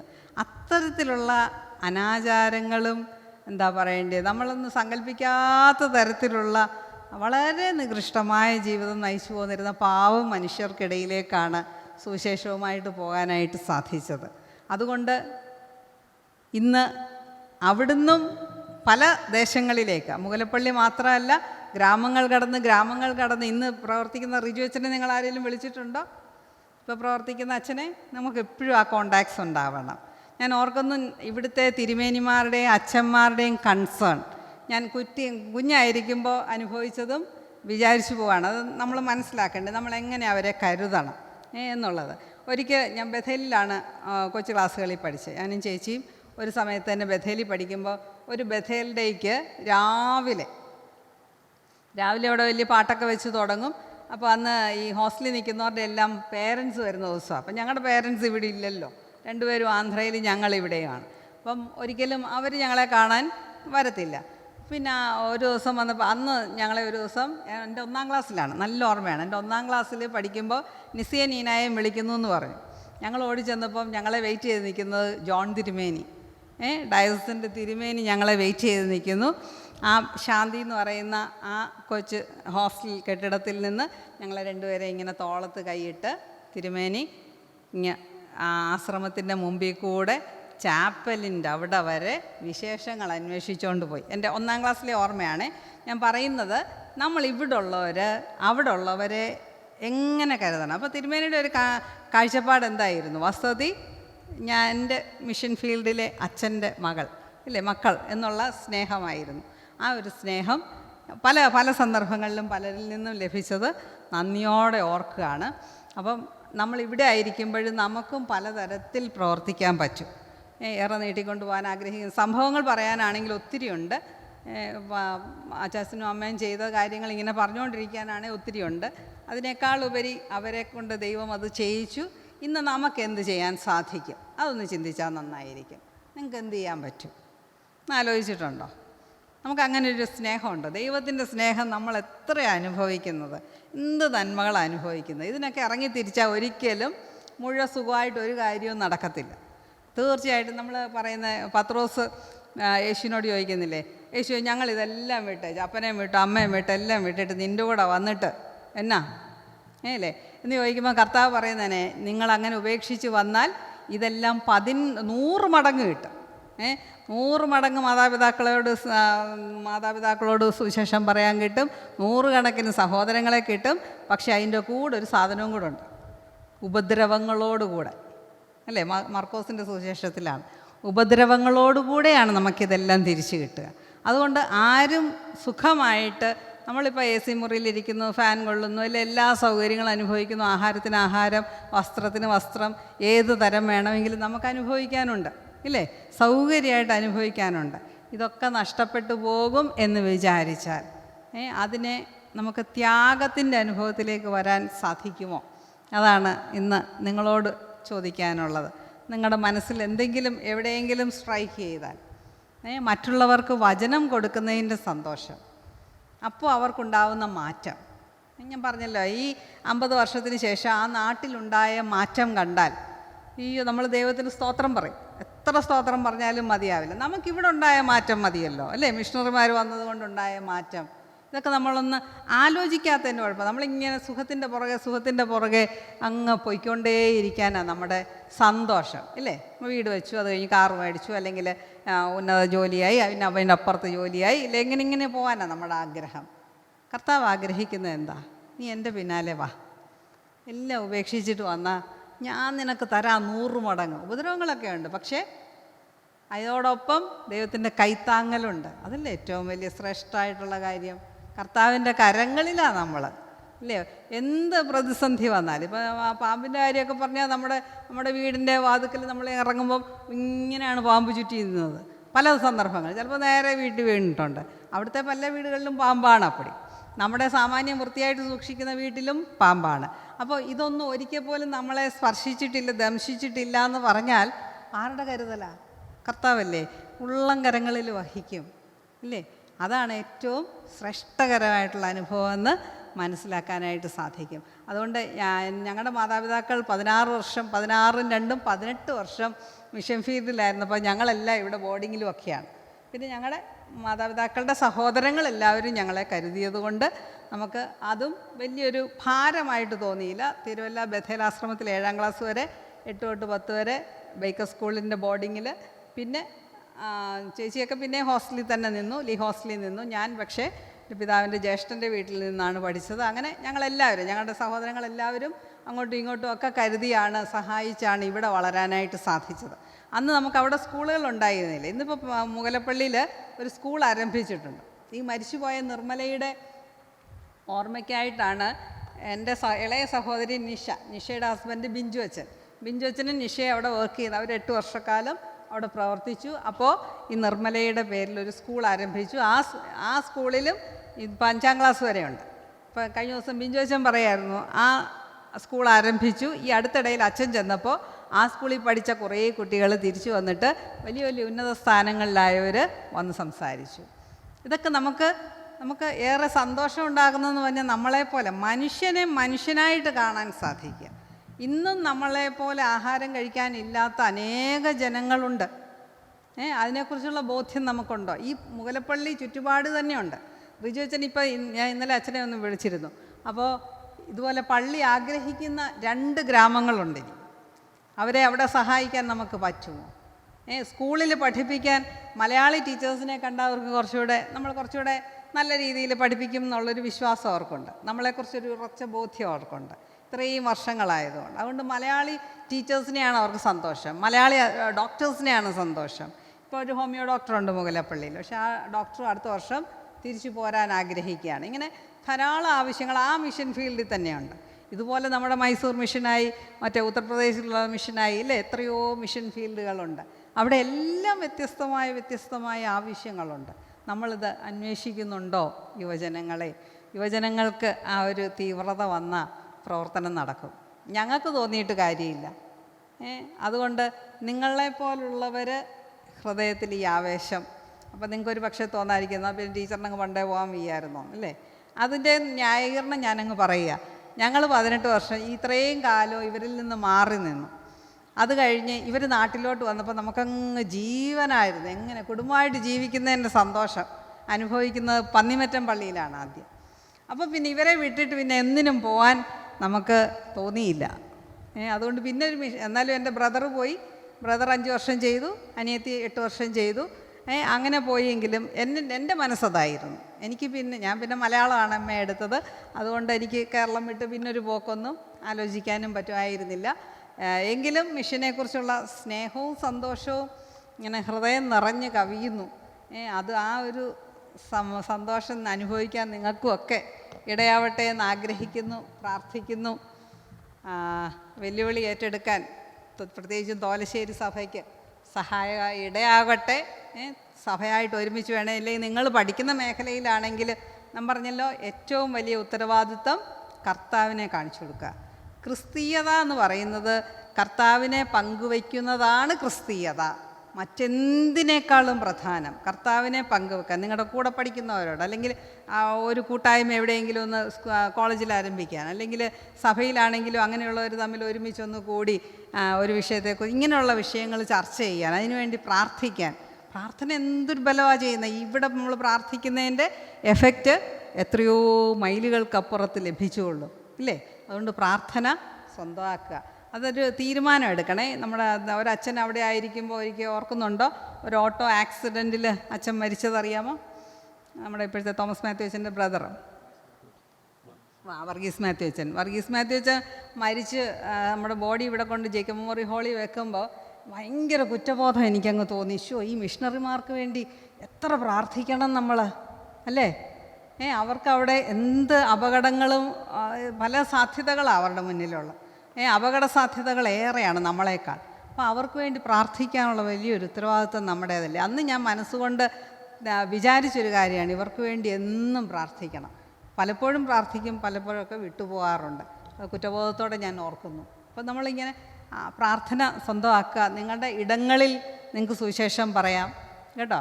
അതുകൊണ്ട് മിഷൻ ഫീൽഡുകളിലേക്ക് പോകുന്നത് വളരെ നല്ല കാര്യം. നമ്മുടെ വീട്ടിലുള്ളവരെയൊക്കെ ഉണർത്തണം. സഭകളുടെ ഇപ്പോഴത്തെ നമ്മുടെ കാലഘട്ടത്തിൻ്റെ ആവശ്യങ്ങളായിരിക്കണം നിങ്ങളുടെ മുന്നിലുള്ള വെല്ലുവിളി, ഇല്ലേ? സഭകളുടെ ഒരു ശുദ്ധീകരണം വേണ്ടേ? അത് ഞാൻ പറയുന്നു. നിങ്ങൾക്ക് തോന്നുന്നെങ്കിൽ അതിലിടപെടണം, കേട്ടോ. സഭയുടെ ശുദ്ധീകരണം എന്താ വാസ്തവത്തിൽ സഭയുടെ ദൗത്യം? കർത്താവിനെ ആത്മീയത തലത്തിൽ എത്രയും നമ്മൾ വളരുന്നുണ്ട്. ബാക്കി എല്ലാത്തിനും നമ്മൾ അമിത പ്രാധാന്യം കൊടുക്കുന്നുണ്ട്.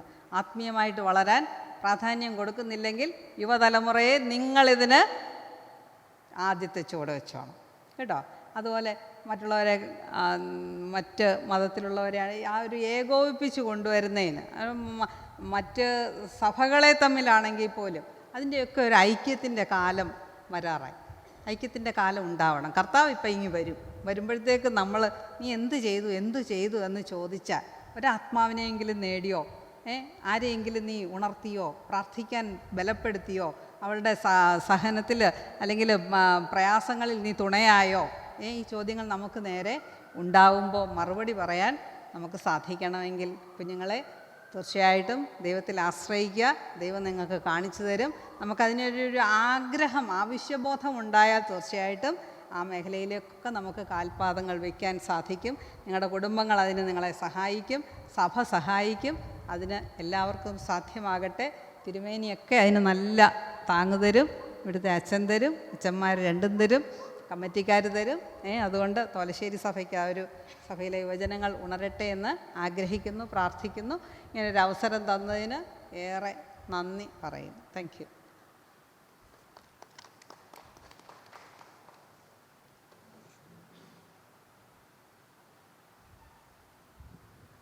മിഷനിലെ തൻ്റെയും പിതാവിൻ്റെയും സ്വന്തം അനുഭവങ്ങൾ പങ്കുവച്ച മാമിനോടുള്ള നന്ദിയെ അറിയിക്കുന്നു. അടുത്തതായി 2 വാക്ക് സംസാരിക്കാനായി നമ്മുടെ തിരുമേനി സ്വാഗതം ചെയ്യുന്നു.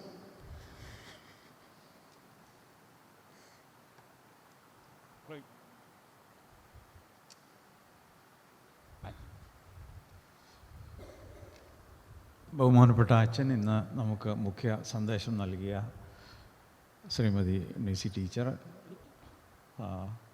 സുരേഷ് സാറ്, ഇവിടുത്തെ യുവജന പ്രസ്ഥാനത്തിലെ അംഗങ്ങൾ, ചർച്ച് കമ്മിറ്റി അംഗങ്ങൾ, ഇന്ന് ഫേബ എന്നോട് ഈ പരിപാടിയെക്കുറിച്ച് സംസാരിച്ചപ്പോൾ ഓർമ്മിപ്പിച്ചു. അപ്പോൾ ഇന്ന് നിസി ടീച്ചറാണ് വരുന്നത്. മിഷനെക്കുറിച്ചും ഒക്കെ പറയാൻ ഒരുങ്ങി വരുമ്പോൾ വരണം എന്ന് എന്നോട് പറഞ്ഞു. അതുകൊണ്ട് സമയം കണ്ടെത്തി വരാനായിട്ട് സാധിച്ചു. ഈ നിസി ടീച്ചറിൻ്റെ സന്ദേശം കേൾക്കുവാൻ അവസരം ഉണ്ടായതിൽ ഏറെ സന്തോഷമുണ്ട്.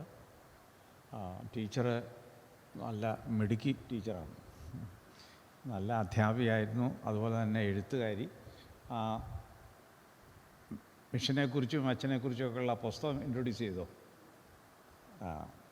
അത് കഴിയുമെങ്കിൽ അതിൻ്റെ കോപ്പി അവൈലബിളാണ്, അത് വാങ്ങി വായിക്കുന്നത് നല്ലതാണ്.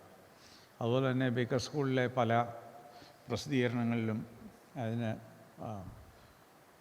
നേതൃത്വം കൊടുക്കുന്നത് ടീച്ചറാണ്. അതുകൊണ്ട് ഇവിടെ വന്ന് ഇന്നൊരു പ്രഭാഷണം നൽകുവാൻ നമുക്കൊക്കെ അത് കേൾക്കുവാനും ഒരു പുതിയ പ്രചോദനം ലഭിക്കുവാനും ഇടയായതിൽ സന്തോഷമുണ്ട്.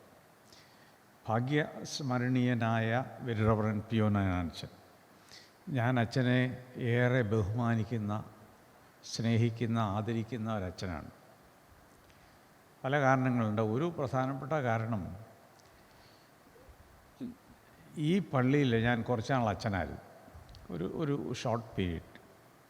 ഇവിടെ വരാനായിട്ട് ഒരു ചിന്ത ഉണ്ട് എന്ന് ഞാൻ അറിഞ്ഞപ്പോൾ അതിനുവേണ്ടി മുൻകൈ എടുത്തത് വന്യ പിയോ നൈനാൻ അച്ഛനാണ്.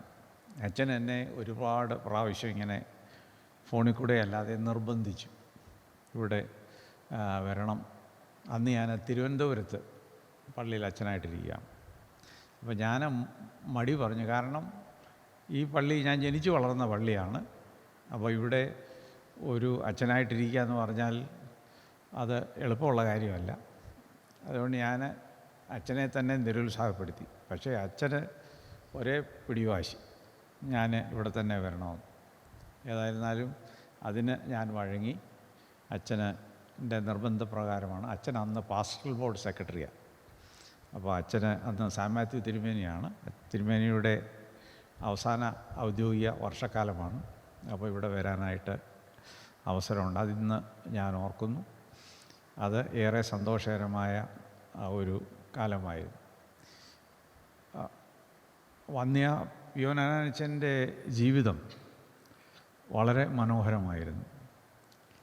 കാരണം അച്ഛനെക്കുറിച്ച് ഒരു മൂന്നാമതൊരാൾ പറയുന്നതിലും വ്യക്തിപരമായി സ്വന്തം മകൾ അത് പറയുമ്പോൾ അതിൽ അടങ്ങിയിരിക്കുന്ന ആഴമായ ഹൃദയസ്പർശിയായിട്ടുള്ള കാര്യങ്ങൾ നമുക്ക് എങ്ങനെ മറക്കാനൊക്കും? അപ്പോൾ ആ അച്ഛൻ്റെ ജീവിതം നമ്മൾ പരിശോധിക്കുമ്പോൾ തെലങ്കാന മിഷൻ അല്ലെ ആന്ധ്ര മിഷൻ്റെ പൈനിയർ മിഷണറി ആയിരുന്നു. അച്ഛനാണ് അത് തുടങ്ങിയത്, അതിന് ആരംഭം കുറിച്ചതിനെ വളർത്തിയത്. അതിൻ്റെ ആരംഭകാലമൊക്കെ ടീച്ചർ പറഞ്ഞു. ഇന്ന് അവിടെ പോയിട്ടുള്ള ആളുകൾ വളരെയധികം ആ പ്രസ്ഥാനം വളർന്നു. എൻ്റെ വൈദിക ശുശ്രൂഷ കാലത്ത് എനിക്ക് ഒരു മിഷനറിയായി പ്രവർത്തിക്കാൻ എനിക്ക് ഭാഗ്യമുണ്ടായിട്ടില്ല. അത് ചിലപ്പോൾ ഞാൻ എന്നെക്കുറിച്ച് തന്നെ ചിന്തിക്കുമ്പോൾ ഓർക്കും, ഒരു മിഷണറിയായിട്ട് പ്രവർത്തിക്കാൻ എവിടെയെങ്കിലും ഒരു അവസരം ഉണ്ടായിരുന്നേ നന്നായിരുന്നേന്. പക്ഷേ അന്ന് ഞാൻ ഈ മിജിനച്ഛനെ പോലെ അച്ഛനാകുന്ന ആ സമയത്ത് അധികം മിഷൻ വയലുകളൊന്നുമില്ല. വളരെ കുറച്ച്, ഒരു വിരലെണ്ണം മാത്രമുള്ള മിഷൻ വയലുകളേ ഉള്ളൂ. അതുകൊണ്ട് എനിക്ക് അതിനുള്ള അവസരം കിട്ടിയില്ല. എന്നെക്കാളിലും ഇതിന് കൂടുതൽ കമ്മിറ്റഡ് ആയിട്ടുള്ള ആളുകൾ ഉണ്ടായിരുന്നതുകൊണ്ടായിരിക്കണം തിരുമേനിമാർ അങ്ങനെയുള്ള ഒരു അവസരം എനിക്ക് തരാതിരുന്നതെന്ന് ഞാൻ വിചാരിക്കുന്നു. എന്നാൽ നമ്മൾ ഓർക്കേണ്ട ഒരു കാര്യം, ഇപ്പം നിസി ടീച്ചർ നയനാനച്ചനെക്കുറിച്ച് ആന്ധ്ര മിഷനെയൊക്കെ പറഞ്ഞപ്പോൾ ഇതെന്തിനാണ് ഇത് നമ്മൾ കേൾക്കുന്നത്? ഇത് യുവജന വാരമാണ്. ഇതേക്കുറിച്ച് നമ്മൾ കേൾക്കുന്നത് എന്തിനാണ്? ആ കേൾവി അത് ടീച്ചർ തന്നെ നമ്മളോട് പറഞ്ഞു. ഇത് നമ്മളെ ഇൻസ്പയർ ചെയ്യണം നമ്മളുടെ മിഷൻ പ്രവർത്തനത്തിൽ. എനിക്ക് ആദ്യം ഒന്ന് സൂചിപ്പിക്കാനായിട്ടുള്ളത്, യുവജനങ്ങൾ എന്ന നിലയിൽ ആ മിഷൻ ഒന്ന് പോയി കാണുന്നത് നല്ലതാണ്. ഇവിടെ ഇരിക്കുന്ന എത്ര പേര് ആ മിഷൻ കണ്ടിട്ടുണ്ട് എന്നെനിക്കറിയില്ല. മിക്കവാറുമൊക്കെ ഇവിടുന്ന് അതിൻ്റെ ചുമതല വഹിക്കുന്ന നമ്മുടെ ചർച്ച് സെക്രട്ടറി വിനോ ഒരു ടീമിനെ കൊണ്ടുപോകാറുണ്ട്. ഈ വർഷവും അടുത്ത ആഴ്ച പോകുന്നുണ്ട്. അപ്പോൾ അവിടെ പോയി അതൊക്കെ കാണുന്നത് നമുക്ക് കൂടുതലൊരു പ്രചോദനം നൽകും. ആ മിഷനെ സപ്പോർട്ട് ചെയ്യുന്നത് ടീച്ചർ പറഞ്ഞതുപോലെ നമ്മളുടെ യുവജനങ്ങളാണ്. അപ്പോൾ അവിടെ പോയി അത് കാണുമ്പോൾ ഇത് എത്ര സുന്ദരമായ ഒരു പ്രവർത്തനമാണ് ആ ദേശത്ത് ഇതുവരെ നടത്തിയത്. അതിന് ആരംഭം കുറിച്ച നയനാനച്ചനെയും അച്ഛന് ശേഷം അവിടെ മിഷണറിമാരായി പ്രവർത്തിച്ചവരുടെ പ്രവർത്തനങ്ങളൊക്കെ വളരെ മനോഹരമായിരുന്നു. ഒരു കാര്യം എൻ്റെ മനസ്സിൽ വന്ന ഒരു കാര്യം, ഒരു ഉദാഹരണം പറഞ്ഞ് ഞാൻ മനസ്സിലാക്കാം. ഈ നമ്മളൊക്കെ ആശുപത്രിയിൽ പോകുന്നവരാണ്, എന്തെങ്കിലുമൊക്കെ കാര്യത്തിന് പോകും. അപ്പോൾ ഇന്നത്തെ ആശുപത്രി എന്ന് പറയുന്നത് സൂപ്പർ സ്പെഷ്യാലിറ്റി ആശുപത്രികളാണ്. കാരണം എല്ലാത്തിനും ഓരോ വിഭാഗമുണ്ട്. ഇപ്പോൾ കുട്ടികളെ നോക്കുന്നതിന് പീഡിയാട്രിക്സ് ഉണ്ട്, അതുപോലെ തന്നെ എല്ലിൻ്റെ പരിപാടികൾക്ക് ഓർത്തോപീഡിക്സ് ഉണ്ട്, സ്ത്രീകൾക്ക് പ്രത്യേകമായിട്ട് ഗൈനക്കോളജി ഉണ്ട്, അല്ലെങ്കിൽ ഞരമ്പുമായിട്ട് ബന്ധപ്പെട്ട കാര്യങ്ങളിൽ ന്യൂറോളജി ഉണ്ട്. എന്തെല്ലാം ബ്രാഞ്ചസാണ് ഉള്ളത്. അപ്പോൾ അതെല്ലാം സൂപ്പർ സ്പെഷ്യാലിറ്റിയാണ്. എന്ന് പറഞ്ഞതുപോലെ ഈ മിഷൻ പ്രവർത്തനത്തെക്കുറിച്ചും മിഷനെക്കുറിച്ചും ഒക്കെ ഉള്ളത് വളരെ ബഹിർത്തായിട്ടുള്ള ഒരു മേഖലയാണ്. അതുകൊണ്ട് വൈദിക സെമിനാരിലൊക്കെ മിസ്സിയോളജി എന്ന് പറഞ്ഞൊരു പഠന വിഭാഗം തന്നെയുണ്ട്. അതിൻ്റെ മിഷൻ ഹിസ്റ്ററി, മിഷൻ എങ്ങനെയാണ് നടത്തുന്നത്, മിഷൻ്റെ തിയോളജി എന്താണ്, അതൊരു വലിയ മേഖലയാണ്. അതിൽ ഉന്നത അറിവ് നേടിയിട്ടുള്ള PhD ഒക്കെ പഠിച്ച ഒരുപാട് ആളുകളുണ്ട്. അപ്പോൾ ഞാൻ ആശുപത്രിയുടെ കാര്യം പറഞ്ഞു. എന്നാൽ ഇന്നത്തെ മിഷൻ എന്ന് പറയുന്നത് അന്ന് പിയോനാച്ചൻ ചെയ്തിരുന്നത് പോലെയുള്ള ഒരു മിഷൻ അല്ല ഇന്ന്. നമ്മുടെ എല്ലാ ആശുപത്രികളിലും ജനറൽ ഫിസിഷ്യൻ എന്ന് പറഞ്ഞ ചില ആളുകളുണ്ട്, ഡോക്ടേഴ്സ് ഉണ്ടല്ലോ. അവരുടെ അടുക്കെ ചെന്നാൽ അവർ എല്ലാ രോഗത്തിനും പ്രാഥമികമായിട്ടുള്ള മരുന്നുകളൊക്കെ പറഞ്ഞ് ശുശ്രൂഷയൊക്കെ ചെയ്യും. ഈ ഇന്നത്തെ മിഷനെ കുറിച്ചുള്ള ഒരു കൺസെപ്റ്റ് പലതരത്തിൽ അതിനെ കാണാം. ഒന്ന്, ടീച്ചർ പറഞ്ഞതുപോലെ സുവിശേഷീകരണം, അത് വളരെ പ്രധാനപ്പെട്ട ഒന്നാണ്. യേശു കർത്താവിനെ പ്രസംഗിക്കുക, ഇവാഞ്ചലിസം വളരെ പ്രധാനപ്പെട്ടതാണ്. എന്നാൽ ഇന്ന് അത് ഒരു പ്രത്യേക മേഖലയാണ്. സുവിശേഷം പ്രസംഗിക്കുന്ന ആളുകൾ, ഇവാഞ്ചലിസ്റ്റ്, അവരുടെ മുഖ്യമായിട്ടുള്ള ഉത്തരവാദിത്വം സുവിശേഷം പ്രസംഗിക്കുക, വേദപുസ്തകം പ്രസംഗിക്കുക, ഡിസൈപ്പിൾഷിപ്പ്, ഇതാണ് പ്രസംഗിക്കുന്നത്. രണ്ടാമത്തെ ഒരു പ്രധാനപ്പെട്ട ഫീൽഡ് എന്ന് പറയുന്നത് സോഷ്യൽ സർവീസ്, സോഷ്യൽ ട്രാൻസ്ഫോർമേഷൻ. ഒരു സമൂഹത്തിൻ്റെ നിർമ്മിതിക്ക് വേണ്ടി ഉള്ള പ്രവർത്തനങ്ങൾ. അപ്പോൾ സമൂഹം നന്നാവണം, അത് മിഷൻ്റെ ഭാഗമാണ്. അങ്ങനെ നന്നാവണമെങ്കിൽ അവിടെ ഉണ്ടാവേണ്ടത് ഈ പാർശ്വവൽക്കരിക്കപ്പെട്ട ആളുകൾ, അവരെ പുനരുദ്ധരിക്കുക, അന്ധതയിൽ കഴിയുന്ന ആളുകൾ, അന്ധവിശ്വാസത്തിൽ കഴിയുന്ന ആളുകൾ, അവർക്ക് ശരിയായിട്ടുള്ള വിദ്യാഭ്യാസം നൽകുക. അപ്പോൾ ഇങ്ങനെയുള്ള സമൂഹത്തിൻ്റെ നന്മയ്ക്ക് വേണ്ടിയുള്ള സമൂഹത്തിലെ പിന്നോക്ക വിഭാഗത്തിൽപ്പെട്ട ആളുകളുടെ ഉദ്ധാരണത്തിന് വേണ്ടിയുള്ള പ്രവർത്തനങ്ങൾ, അത് സോഷ്യൽ ട്രാൻസ്ഫോർമേഷൻ, അതിന് സോഷ്യൽ ആക്ടിവിസ്റ്റ് അങ്ങനെ പ്രവർത്തിക്കുന്ന ആളുകളുണ്ട്. അതൊരു സ്പെഷ്യലൈസ്ഡ് ഫീൽഡാണ്. പിന്നെ ഉള്ളതാണ് അതിനോട് ചേർന്ന പല കാര്യങ്ങളും. ഇപ്പോഴത്തെ ഇക്കോളജിയും അതിനൊക്കെ അതിനോട് ചേർന്ന കാര്യമാണ്. പിന്നെ ഒരു പ്രധാനപ്പെട്ട മേഖലയെന്ന് പറയുന്നത് നമ്മളുടെ ഈ രാജ്യത്തിന് വേണ്ടിയുള്ള നേഷൻ ബിൽഡിംഗ്, അതൊരു മിഷനാണ്. രാജ്യത്തിൻ്റെ നന്മയ്ക്ക് വേണ്ടി നമ്മൾ എന്ത് ചെയ്യുന്നു?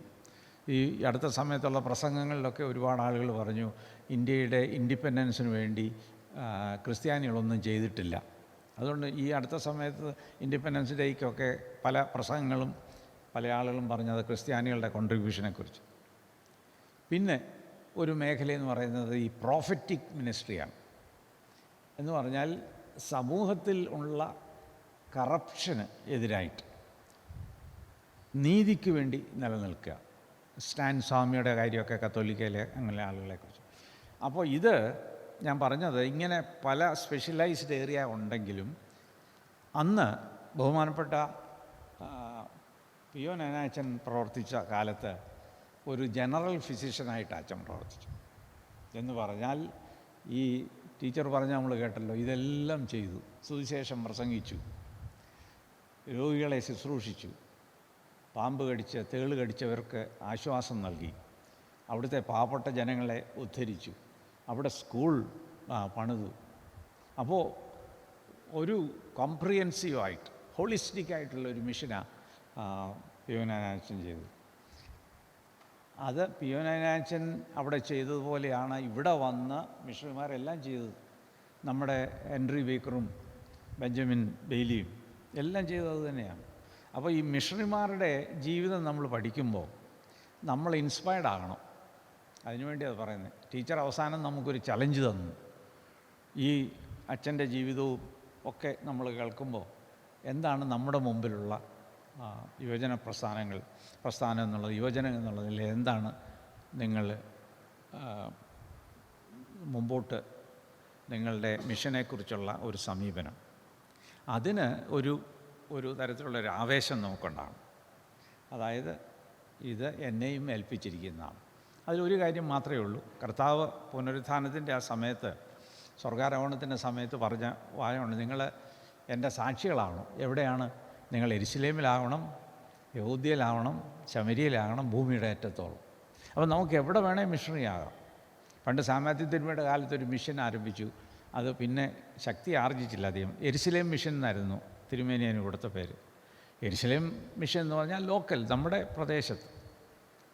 അതുപോലെ തന്നെ നമ്മുടെ ചുറ്റുപാടും അല്പം അകലെ അങ്ങ് ഭൂമിയുടെ അറ്റത്തോളം. അപ്പോൾ എവിടെ വേണേൽ നമുക്ക് മിഷൻ പ്രവർത്തനം ചെയ്യാം. നമ്മൾ ജീവിക്കുന്ന ഈ സാഹചര്യത്തിൽ ഒരുപാട് മേഖലയുണ്ട്. നമുക്ക് അതിനുവേണ്ടി ഞാനിത് പറഞ്ഞു, പ്രവർത്തിക്കാൻ ഒരുപാട് മേഖലയുണ്ട്. കണ്ടംപററി ചലഞ്ചസ്, ഇപ്പോൾ സമകാലികമായിട്ടുള്ള ഒത്തിരി ഇഷ്യൂസ്, അതിലൊക്കെ ചിലതിലൊക്കെ നിങ്ങൾ ഇൻവോൾവ് ആണെന്ന് എനിക്കറിയാം. അപ്പോൾ ലഹരി, അതൊരു ഇന്നത്തെ ഒരു വലിയ ചലഞ്ചാണ്. അപ്പോൾ അതിനെതിരായിട്ട് അതിൽ പങ്കുചേരുക എന്ന് പറയുന്നത് മിഷനാണ്. അപ്പോൾ എവിടെയാണ് നമുക്ക് ഇൻവോൾവ് ചെയ്യാൻ കഴിയുന്നതെന്നുള്ളത് നമ്മൾ ഓർക്കുന്നത് നല്ലതാണ്. അപ്പോൾ അതിനൊരു പ്രചോദനമായി തീരും ടീച്ചറിൻ്റെ ഈ ഒരു അച്ഛനെക്കുറിച്ചുള്ള ഈ സന്ദേശം ഞാൻ വിചാരിക്കുന്നു. ഏതായിരുന്നാലും അച്ഛനെക്കുറിച്ച് കേൾക്കുന്നതിനും ഒരിക്കൽ കൂടെ അവസരം ഉണ്ടായാൽ സന്തോഷമുണ്ട്. അതിൽ നിന്ന് നമുക്ക് പ്രചോദനം ഉൾക്കൊള്ളാം. ദൈവം ടീച്ചറിനെയും സുരേഷിനെയും ടീച്ചർ ചെയ്യുന്ന എല്ലാ പ്രവർത്തനങ്ങളെയും അനുഗ്രഹിക്കട്ടെ എന്ന് പ്രാർത്ഥിക്കുന്നു. നിങ്ങൾക്ക് യുവജനങ്ങൾക്ക് എല്ലാ നന്മകളും. പുതിയ ഒരു നിങ്ങൾ ഈ സന്ദേശം കേട്ടുകൊണ്ട് ഒരു പുതിയ എന്താണോ പറയുന്നത്, ഒരു ഇൻസ്പിറേഷൻ, നിങ്ങൾ ഇൻസ്പയർഡ് ആകട്ടെ എന്ന് ആശംസിച്ചുകൊണ്ട് ഞാൻ എൻ്റെ വാക്കുകളെ അവസാനിപ്പിക്കുന്നു. Thank you.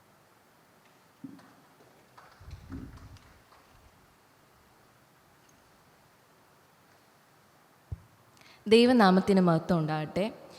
ഇന്ന് യുവജനവാരത്തിൻ്റെ 6ാം ദിനമായി വന്നുകൂടിയ ഏവരെയും നന്ദി അറിയിക്കുകയാണ് എന്നിൽ നിക്ഷിപ്തമായിരിക്കുന്ന കർത്തവ്യം. ആദ്യമായി നമ്മുടെ അധ്യക്ഷ പദവി അലങ്കരിച്ച റവറൻഡ് ഡീക്കൻ മിജിൻ മാത്യു ജോസ് അച്ഛനോടുള്ള നന്ദി അറിയിക്കുന്നു. ഒരു പഠനത്തിലുപരി ഒരു എക്സ്പീരിയൻസ് അത് അതിമനോഹരമായി പങ്കുവച്ച് ഈ ക്ലാസ് എടുത്ത ശ്രീമതി നിസി നയനാൻ മാം ആണ്. നിസി മാമിനോടുള്ള നന്ദിയും സ്നേഹവും അറിയിച്ചു കൊള്ളുന്നു. നമ്മളെ എല്ലാവരെയും ഒന്ന് സേവനത്തിനായി ഇൻസ്പയർ ആക്കിയ നമ്മുടെ റെവറൻഡ് തോമസ് സാമുവൽ തിരുമേനിയോടുള്ള നന്ദി അറിയിക്കുന്നു. പിന്നെ Telangana mission treasurer Vinod George സാറിനോടുള്ള നന്ദി അറിയിക്കുന്നു. പിന്നെ ഇവിടെ വന്നുകൂടിയ ഏവരും സഭാ ജനങ്ങൾ, യുവജനങ്ങൾ എല്ലാവരോടുള്ള നന്ദി അറിയിക്കുന്നു. ദൈവം നമ്മെ അനുഗ്രഹിക്കുമാറാകട്ടെ.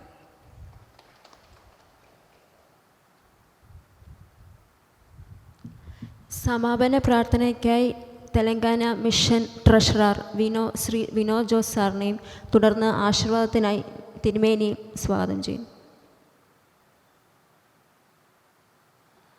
തലകളെ വണക്കാം. നമുക്ക് പ്രാർത്ഥിക്കാം. പരിശുദ്ധനും നിത്യനുമായ ഞങ്ങളുടെ നല്ല ദൈവമേ, സ്വർഗീയ പിതാവേ, അനുഗ്രഹിക്കപ്പെട്ട ഈ നല്ല സന്ധ്യാസമയത്തിനായിട്ട് ഞങ്ങളങ്ങേ സ്തുതിക്കുന്നു, സ്തോത്രം ചെയ്യുന്നു. കഴിഞ്ഞ ദിവസങ്ങളിലൊക്കെ കർത്താവെ യുവജന വാരമായിട്ട് ഈ ഒരാഴ്ചക്കാലം മുഴുവൻ ആഘോഷിച്ചപ്പോൾ പലവിധ വിഷയങ്ങൾ ചർച്ച ചെയ്യപ്പെട്ടു. എന്നാൽ കർത്താവെ, ഇന്നത്തെ ദിവസം കർത്താവെ അത് ഞങ്ങൾക്ക് ഏറ്റവും അനുഗ്രഹമായി നൽകിയതിനായിട്ട് സ്തോത്രം. അവിടുന്ന് ഞങ്ങളെ ഏൽപ്പിച്ചിരിക്കുന്ന ദൗത്യം കർത്താവെ അങ്ങയുടെ സാക്ഷിയായിരിക്കുക എന്നുള്ളതാണല്ലോ. ഭൂമിയുടെ അറ്റത്തോളം കർത്താവിൻ്റെ സാക്ഷിയാകുവാനുള്ള ആ ഒരു വലിയ ഉത്തരവാദിത്വം ഞങ്ങളെ ഏൽപ്പിച്ചിരിക്കുമ്പോൾ പുതിയ തലമുറയ്ക്ക് കർത്താവെ അത് എന്താണ് എന്ന് പറഞ്ഞു കൊടുക്കുവാൻ തക്കവണ്ണം ഈ സന്ധ്യ കർത്താവ് ഇടയാക്കിയതിനായിട്ട് സ്തോത്രം.